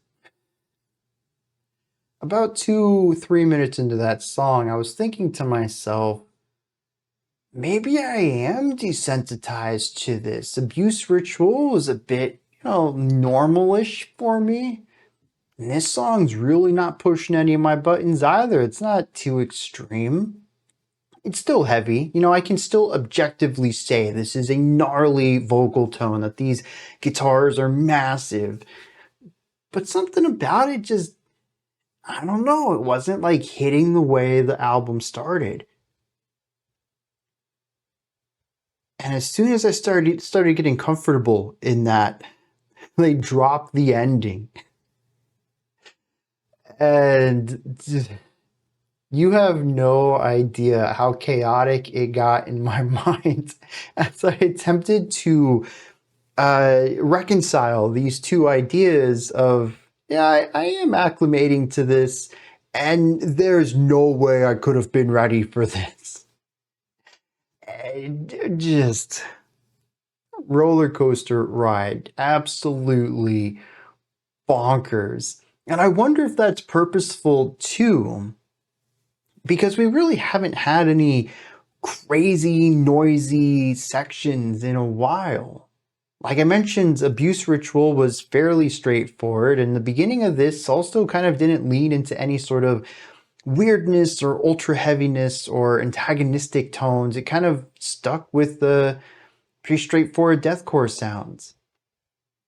Maybe the purpose is to give us a solid like 8 minutes or so, even if we took the last minute of Contrapasso in there, as that is more akin to doom metal, not necessarily shocking, but still heavy. I mean, we're looking at close to 10 minutes or so of music that isn't necessarily as extreme as we have seen on this album. Collectively, between these few tracks, a quarter of this album is kind of chilling, comparatively so. Sure, this isn't chill compared to, Taylor Swift, but compared to the rest of this album, we've certainly taken things down a notch. And it really allows for this final moment to hit in the very same way that the album kicked off with. This is just great composition, great pacing. This is the point of contrast. And granted, we aren't moving between like 10s and 3s here. This album is pretty consistently at the top end of the intensity scale. But it does dip down sometimes, and I think having a rather consistent dip down for a while here kind of allows the brain and the ear to reset. This is the new norm. Maybe this is how things always have been. I can't really remember. I mean, I have memories of it being shocking, but was that just because I wasn't prepared? And now you're kind of caught off guard. And then they can just drop this section in and you're toast. There's no way that you just let your mind melt while this happens. Masterful, honestly, is how I'm going to interpret this. And I wonder too, this is something that I've kind of had at the back of my mind lately is what's up with the storytelling here? It's jumbled. It's all over the place. Some sections seem like they move into each other, and there's the illusion of that as well, where track 2 seemed like a natural place to go after track 1, but later on, it's like, oh, we actually snuck something in there. Track 4 fits between 1 and 2. So there's a non-linear delivery to it that I think is done really well, like ejecting flashbacks into a film in a way that doesn't feel, played out. There are interesting ways to do that, and that's kind of what we're getting here, where there's natural fluidity without the flashbacks, but the flashbacks kind of work too, injecting ideas into the middle of previous story components. But how much of this is directed by album flow? Because sometimes your music doesn't have as well of an album pacing if you follow linear storytelling in your concept albums. The general rising action and falling action of your story, yeah, that works, but sometimes you wrote a really sick part, and honestly, it'd be really great as the penultimate track, and it's in the middle of the story. So what do you do then? You just have to stick with, you got to stick it in the middle of the album. It's not used as well there from a musical standpoint, even though narratively it is. Something like this works well, but it also introduces this concept of how does this album work so well out of context, but also within context. A lot of thought must have gone into the pacing of this album as well as the storytelling components, and it wasn't just we wrote a linear thing and then jumbled the tracks up, because it works too well for that. I'm starting to really appreciate how this is delivered.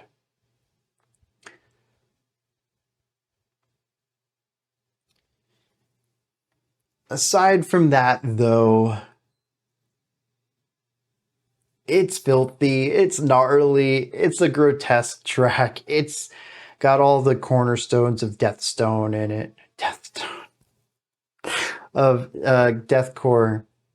It is what it is, man. I wish there was something more I could latch on to.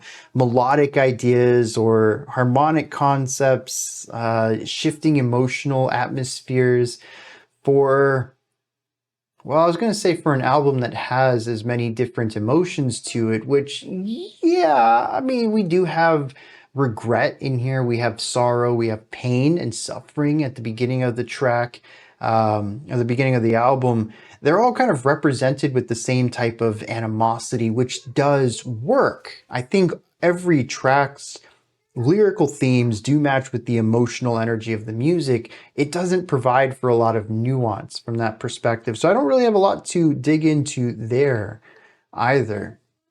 And while this album can be technical at times, it often isn't, focusing more on production technicalities and I guess just filthy tones. I mean, the guitar sounds in here and the vocal sounds and layering are still, to me, the highlight. This feels like an album describing hell.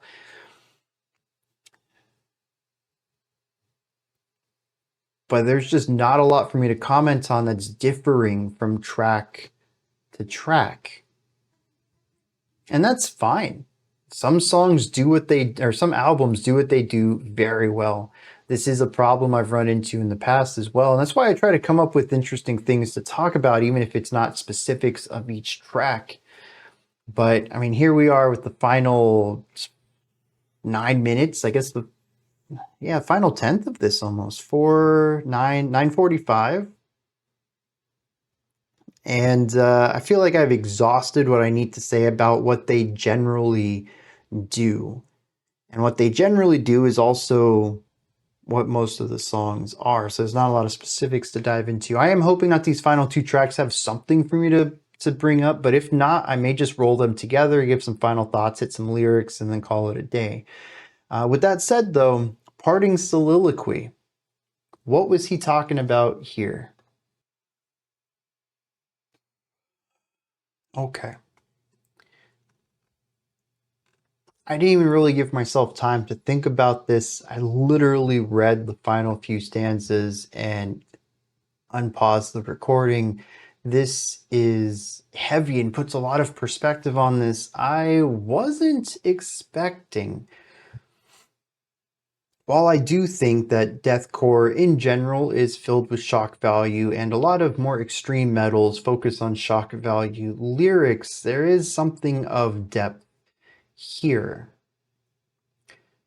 Could we have written an album that didn't focus on suicide and depictions of the grotesqueness of hell? Sure.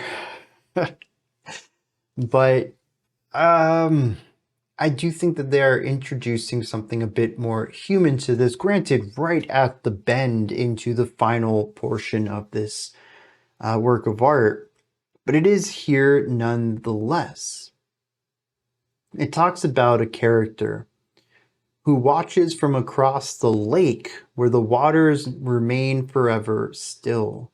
Talks about them collapsing to the bank of this river and screaming until their voice is hoarse. Says, you smiled something about life and something about time, something about the winding length of mine, how I'd be ready when it came to that day, but I am not. And every nerve recoils at the thought that the vessels still remain, but are filled with naught. A light switched off, a stopped clock, a loss. Death, take me home. I presume then that he watched someone close to him die. I don't know if they were on the other side of the lake and it was a murder, or maybe they were in the lake and they drowned, but they were left collapsing to the bank of this river in tears, shouting.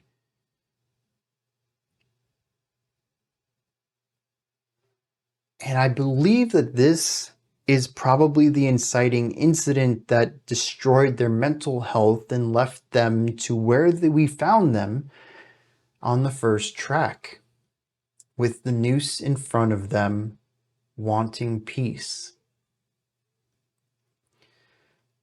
The end of this song, which is pretty much everything after that's just a huge chunk of information. Everything else is heavy repetition. This to me is the mind constantly running in circles.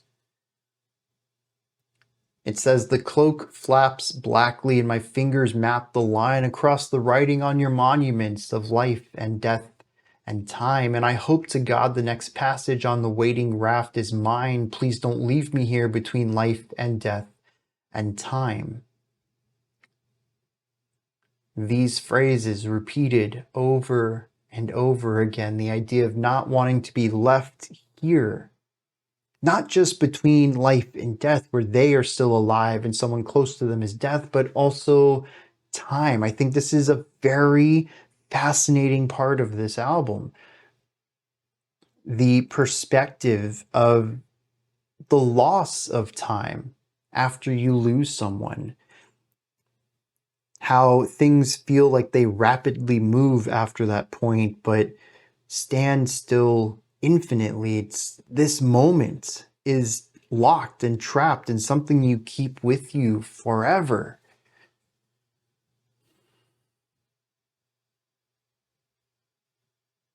But time accelerates so much after this too. This person is trapped between life, death, and time, and they don't want to be here. They ask repeatedly, death, take me home.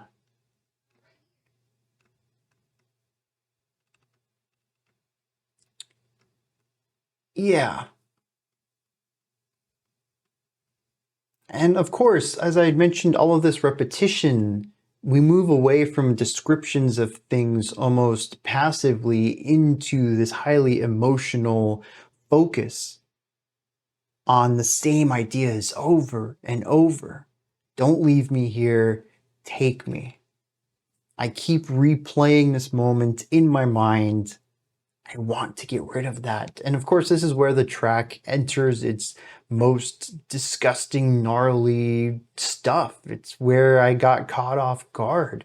This is the destructive quality of these thoughts, of this event. It's the deterioration of the mental health.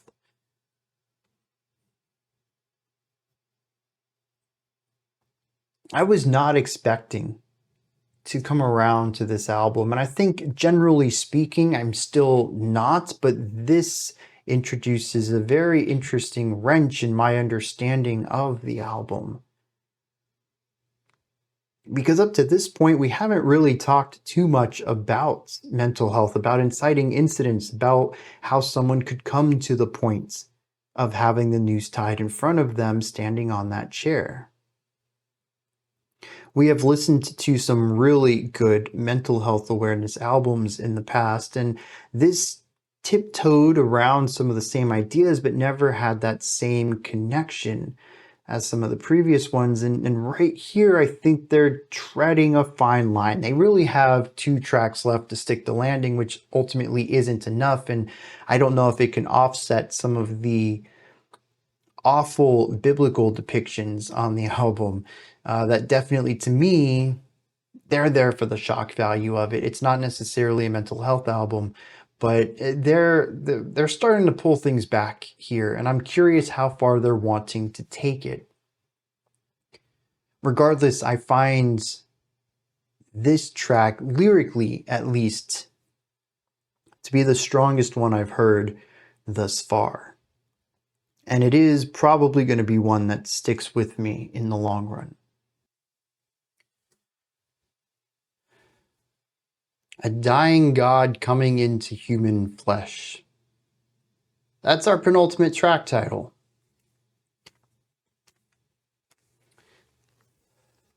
All right. Let's kick it.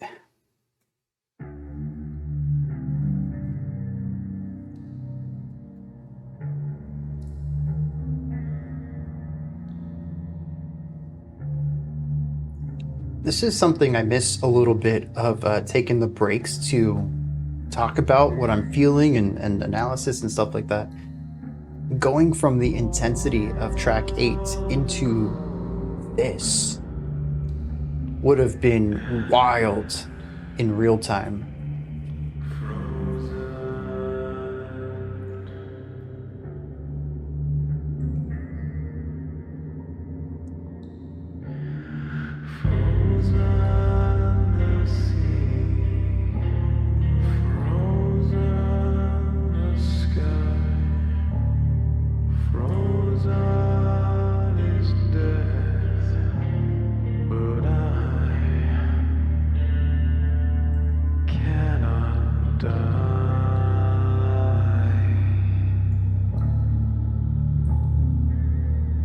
Interesting. I picked up the line, something about frozen, lots of frozen, but there's dripping.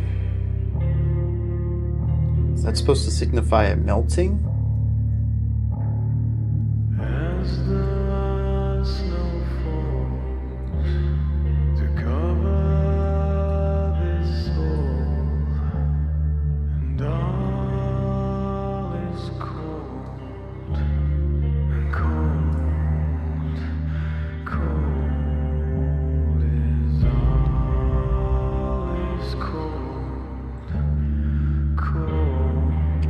The vocals overlapped a little there, and I thought we were going to get a bit of a round. But I suppose that would probably go against this isolation here, as cool as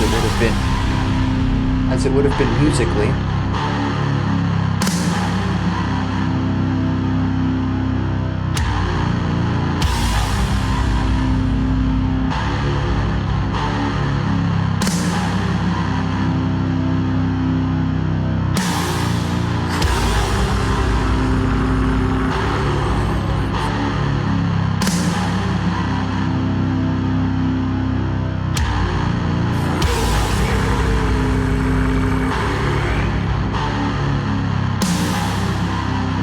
Looks like we're about 47 BPMs. It's our new. That's gnarly. This is the slowest the album's been.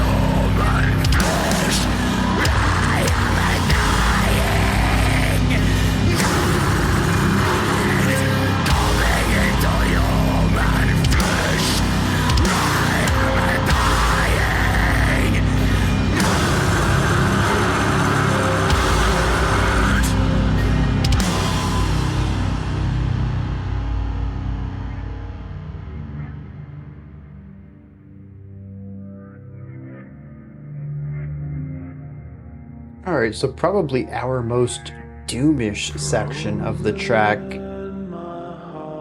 sandwiched between the lightest moments we've had as far as layering and production go, but clean vocals too. That's a pretty big deviation.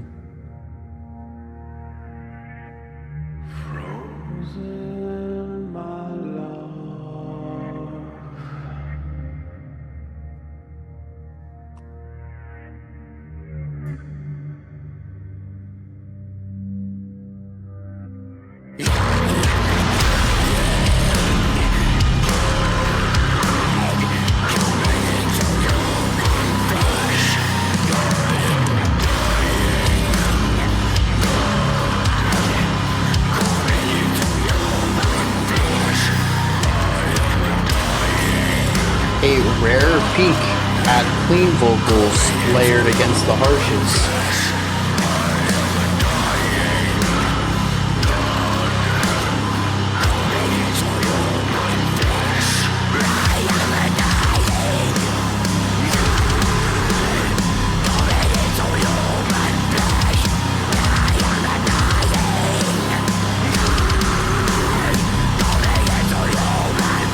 Accelerando?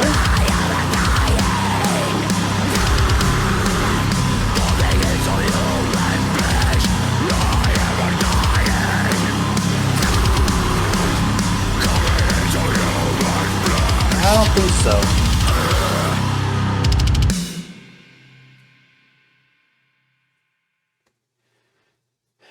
All right.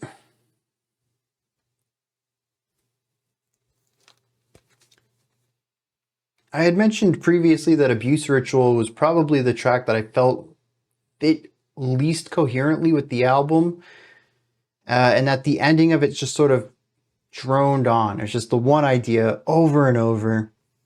And I found it to be a bit more static than the album had been showcasing throughout most of its runtime. And I gotta pull that statement back. I think Abuse Ritual is fine. Granted, still a bit lighter, but I understand its purpose as a way of bringing the guard down of the listener for the impact of Parting Soliloquy in its finale. It makes sense to me. This track does not work for me. Like, at all. At least Abuse Ritual, I could get into the groove of it, and the beginning of it was interesting, and there were parts to it that even in isolation I still appreciated, but this one just does not work for me at all, which sucks because, you know, it's the one with clean vocals. We haven't had clean vocals at all. These are the songs that usually I'm a bit reluctant to say are my favorite just because they're more palatable to my ears than everything else going on. And yet, the duality of this one just doesn't work for me. And it's not even just the duality of it, which I don't think that the quiet section and the doom section work well. It's just an incredibly jarring back-to-back idea that I don't think anything of interest is done with. But it's also the repetition. I am a dying god coming into human flesh. I heard that like 50 times on this track. I'm really hoping there's some thematic thing here that ties it together, that makes the duality make sense from an artistic perspective, that turns this into a mantra. But sonically, I checked out, dude. There's just nothing in here that grabbed my attention. The lighter section has a nice atmosphere, but not much there that's going on, which I think is purposeful. It's part of the isolation of that moment. And then the heavy section is just one rhythm over and over and over and over and over. And y'all know how much I'm just not a big fan of super heavy repetition. Artistic mantra, 100%. I can get behind it from that thematic perspective, but sonically, it's just rarely ever going to gel with me. And this is very easily my least favorite 5 minutes music on this. Just straight up. I can't say I enjoyed much about this. It was nice to hear some cleans, though. I'll give it that. Weirdly enough, though, the cleans didn't save it. I would have much preferred deathcore chaos and noise over this ultra minimal direction that kind of did nothing and sat still and just was for 6 minutes. Something I want to bring up here, looking at the lyrics for this track, is the general the cadence of the vocabulary, but also the syntax of it. I want to go back one track. I didn't really bring this up because I didn't feel it was of interest, but coming into this next track here, there's certainly something about the way lines are delivered that has changed since the beginning of the album. And I wonder if this new direction in how things are spoken is supposed to reflect somehow on the narrator. I had mentioned in Parting Soliloquy that the main story was that they saw somebody, they were sitting on a river and they saw somebody close to them die.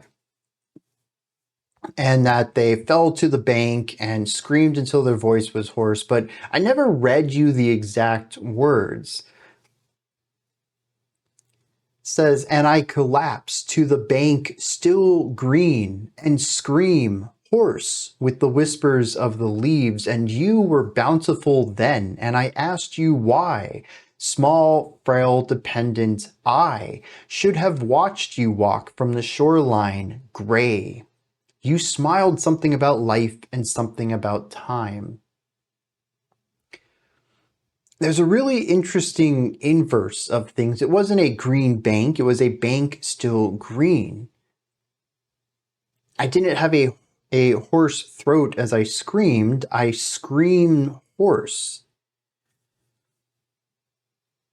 This is expanded upon in this track. Just listen to this opening stanza. All is cold and frozen, frozen the sea, frozen the sky, frozen is death, but I cannot die. It's not that the sea is frozen, it's frozen is the sea, but the is gone. We just have frozen the sea, frozen the sky. It feels wrong. I understand the gist of it, but it's kind of broken in the traditional ways that English is spoken.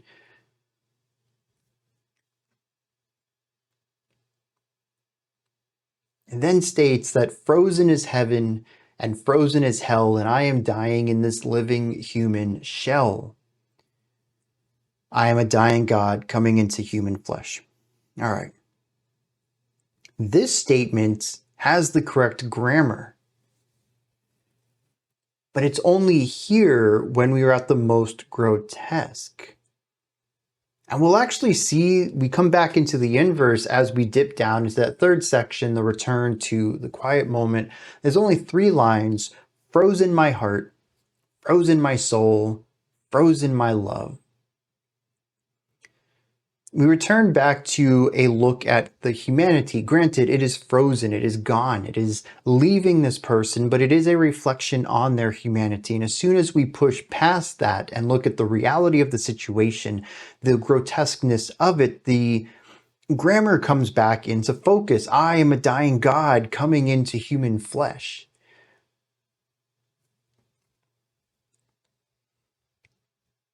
I really hope track 10 runs with this and gives us more of this unusual syntax, because it would complete this idea that as the album progresses on, we begin to see less and less proper grammar when talking about humanity. And the proper grammar is focused primarily on the horrors of the new reality. Regardless, that is what this track is talking about, though. It's a release or an understanding that what was past is gone. It is no longer, and I am only what I am now. And reflecting on and maybe even accepting, like I mentioned, the horrors of this new reality. That brings us to our final track, one of the shorter ones here, not even 4 minutes long. Let's see how Black Tongue decides to wrap this album up, given where they've been musically in the last 12 or so minutes. No!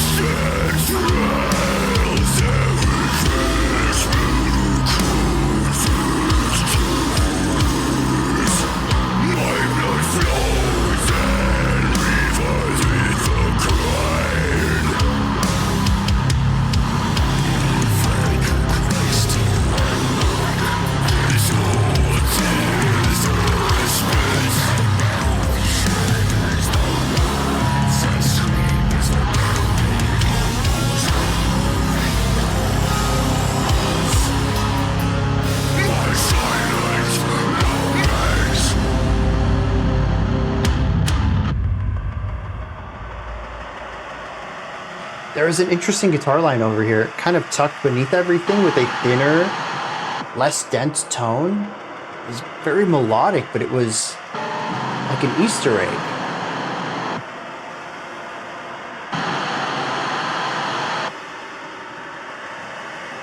Wait, is that the whole song? Is this album outro now?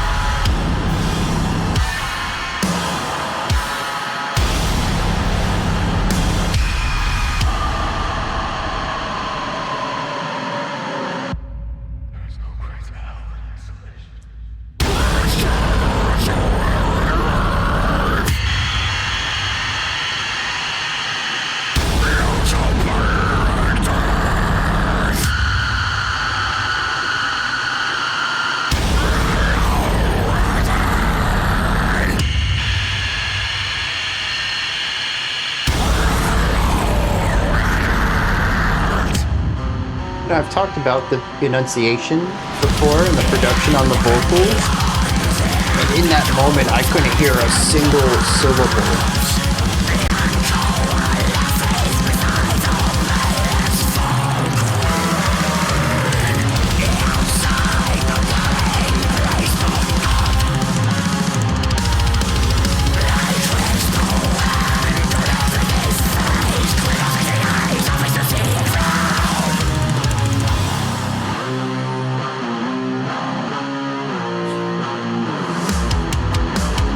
What is this riff? It's a straight up stoner metal here. Something a bit sludgier? What in the world?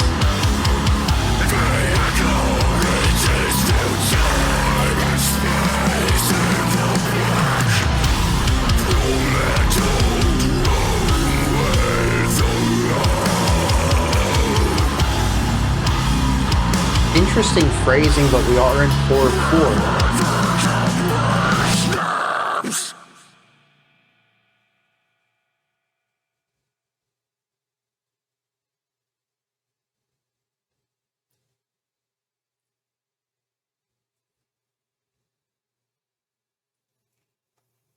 Observation here.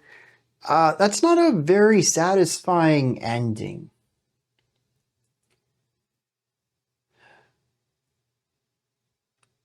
I'm going to choose to view this as purposeful. One, we are looking at a story that is non-linear. It's quite possible that this isn't supposed to be a satisfying ending because this takes place earlier in the story somewhere. But we are also talking about a story where someone has, they lose someone close to them, deal with depression, end up taking their life, and go to hell to be tortured forever. Yeah, you know, that story's not going to have a good ending to it. So for the track to just sort of end, I don't even think the riff was totally over, but the riff itself was also disjointed too. As I mentioned, it's very oddly phrased. I don't know where exactly the accent points were on it, but they were inconsistent and not in usual places. Not like 1 and 3 or like 2 and 4. Constantly jumping around, so much so that I actually thought we were in an odd time signature until I counted it out twice just to make sure. And yeah, we're certainly in 4/4. So there's some irregularities there that make it feel difficult to sort of groove with entirely, and then it just abruptly stops. You know, like I said, it's not satisfying. This is not a good ending from a musical standpoint, but I think thematically this is exactly what the album needs, like a gut punch finale. A story that just as the credits roll, you are speechless, sitting in the room with other people you've watched this film with, and just... what? Just this feeling of weight and oppression and dread coming over you because of what you just experienced, the art, how it impacted you.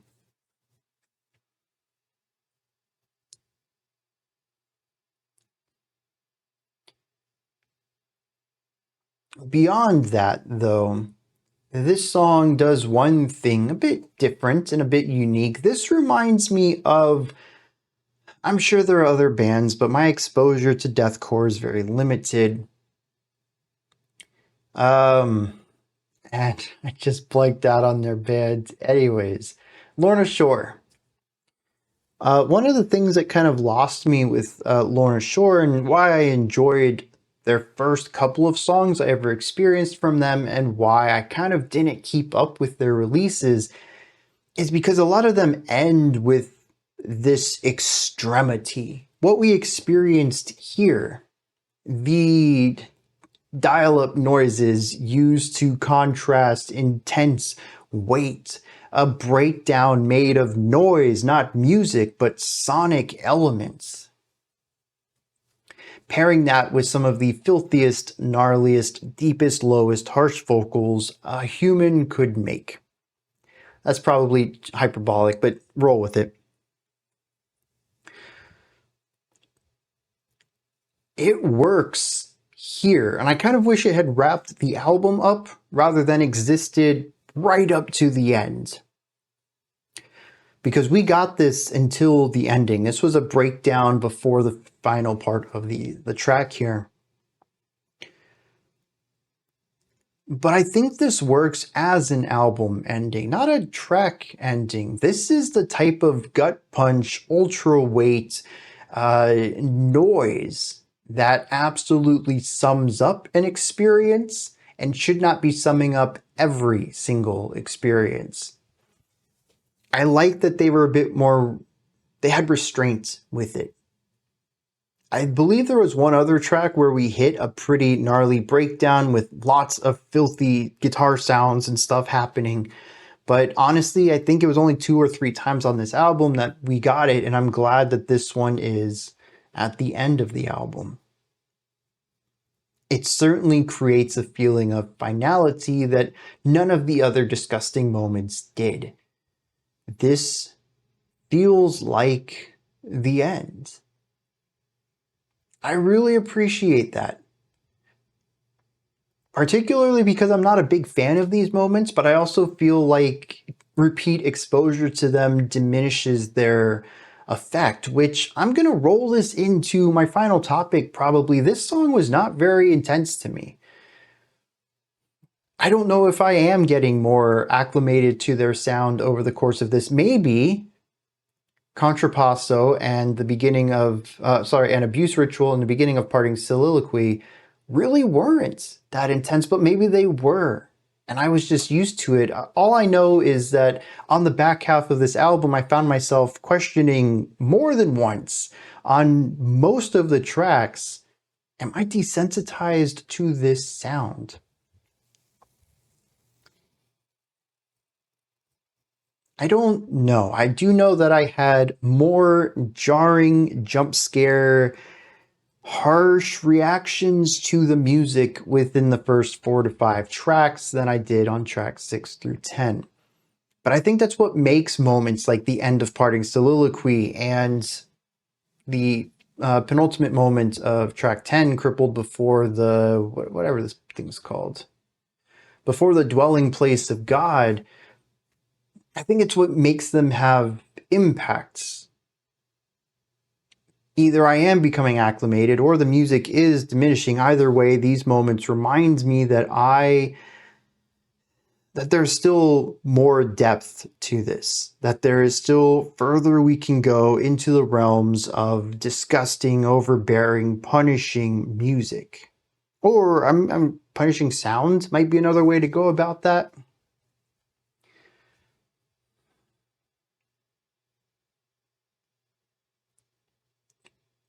But given the frequency, I do wonder if I became a bit desensitized to this by the end. And the thing is, I don't listen to a lot of deathcore, so I think it's that this is my first, condensed deathcore experience. I don't think I've listened to another album of this genre.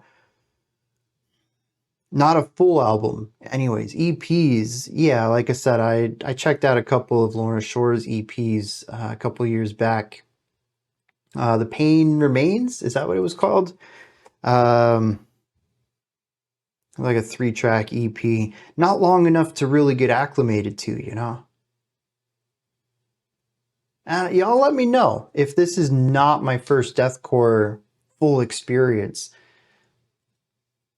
But I suppose, just like watching an incredibly gory horror film, you kind of, you know, the first couple of times someone gets ripped open, it's shocking, but 40-50 minutes in, you've got to pace yourself with stuff like that. And this album does a good job of pacing its peaks, but it still is consistently vile throughout. It is a filthy, disgusting album in the best of ways. I hope you all know that. I'm saying that from a place of endearment. These guys are killing it with their atmosphere. But it is something that can easily, at least for me, become the sound rather than having it compared to what I normally listen to and finding it to be extreme. But I am glad that they do keep the peaks isolated, giving you time to acclimate to a general sound and then catch you off guard when you least expect it. Lyrics. And while I was a bit less receptive to track 9, I think this pairs well with the human element that we saw in track 8. I know it would have resulted in a very different album with very different goals in mind, but I kind of wish they would have pushed for a little bit more into the human realm rather than the shock value realm. But that's just a personal taste. I would not take points off from the album if I ranked albums or whatever. This talks about just after, you know, the person in their life, the person that meant something to them after they passed away. This is after the river incident. And he says, I lay torn and aghast at the gates of the dwelling place of God. So he pulled himself to a church. He says, my body is broken, every bone shattered against its rails, every vein spilled across its towers. My blood flows in rivers with the grain. If I could cry still, I would.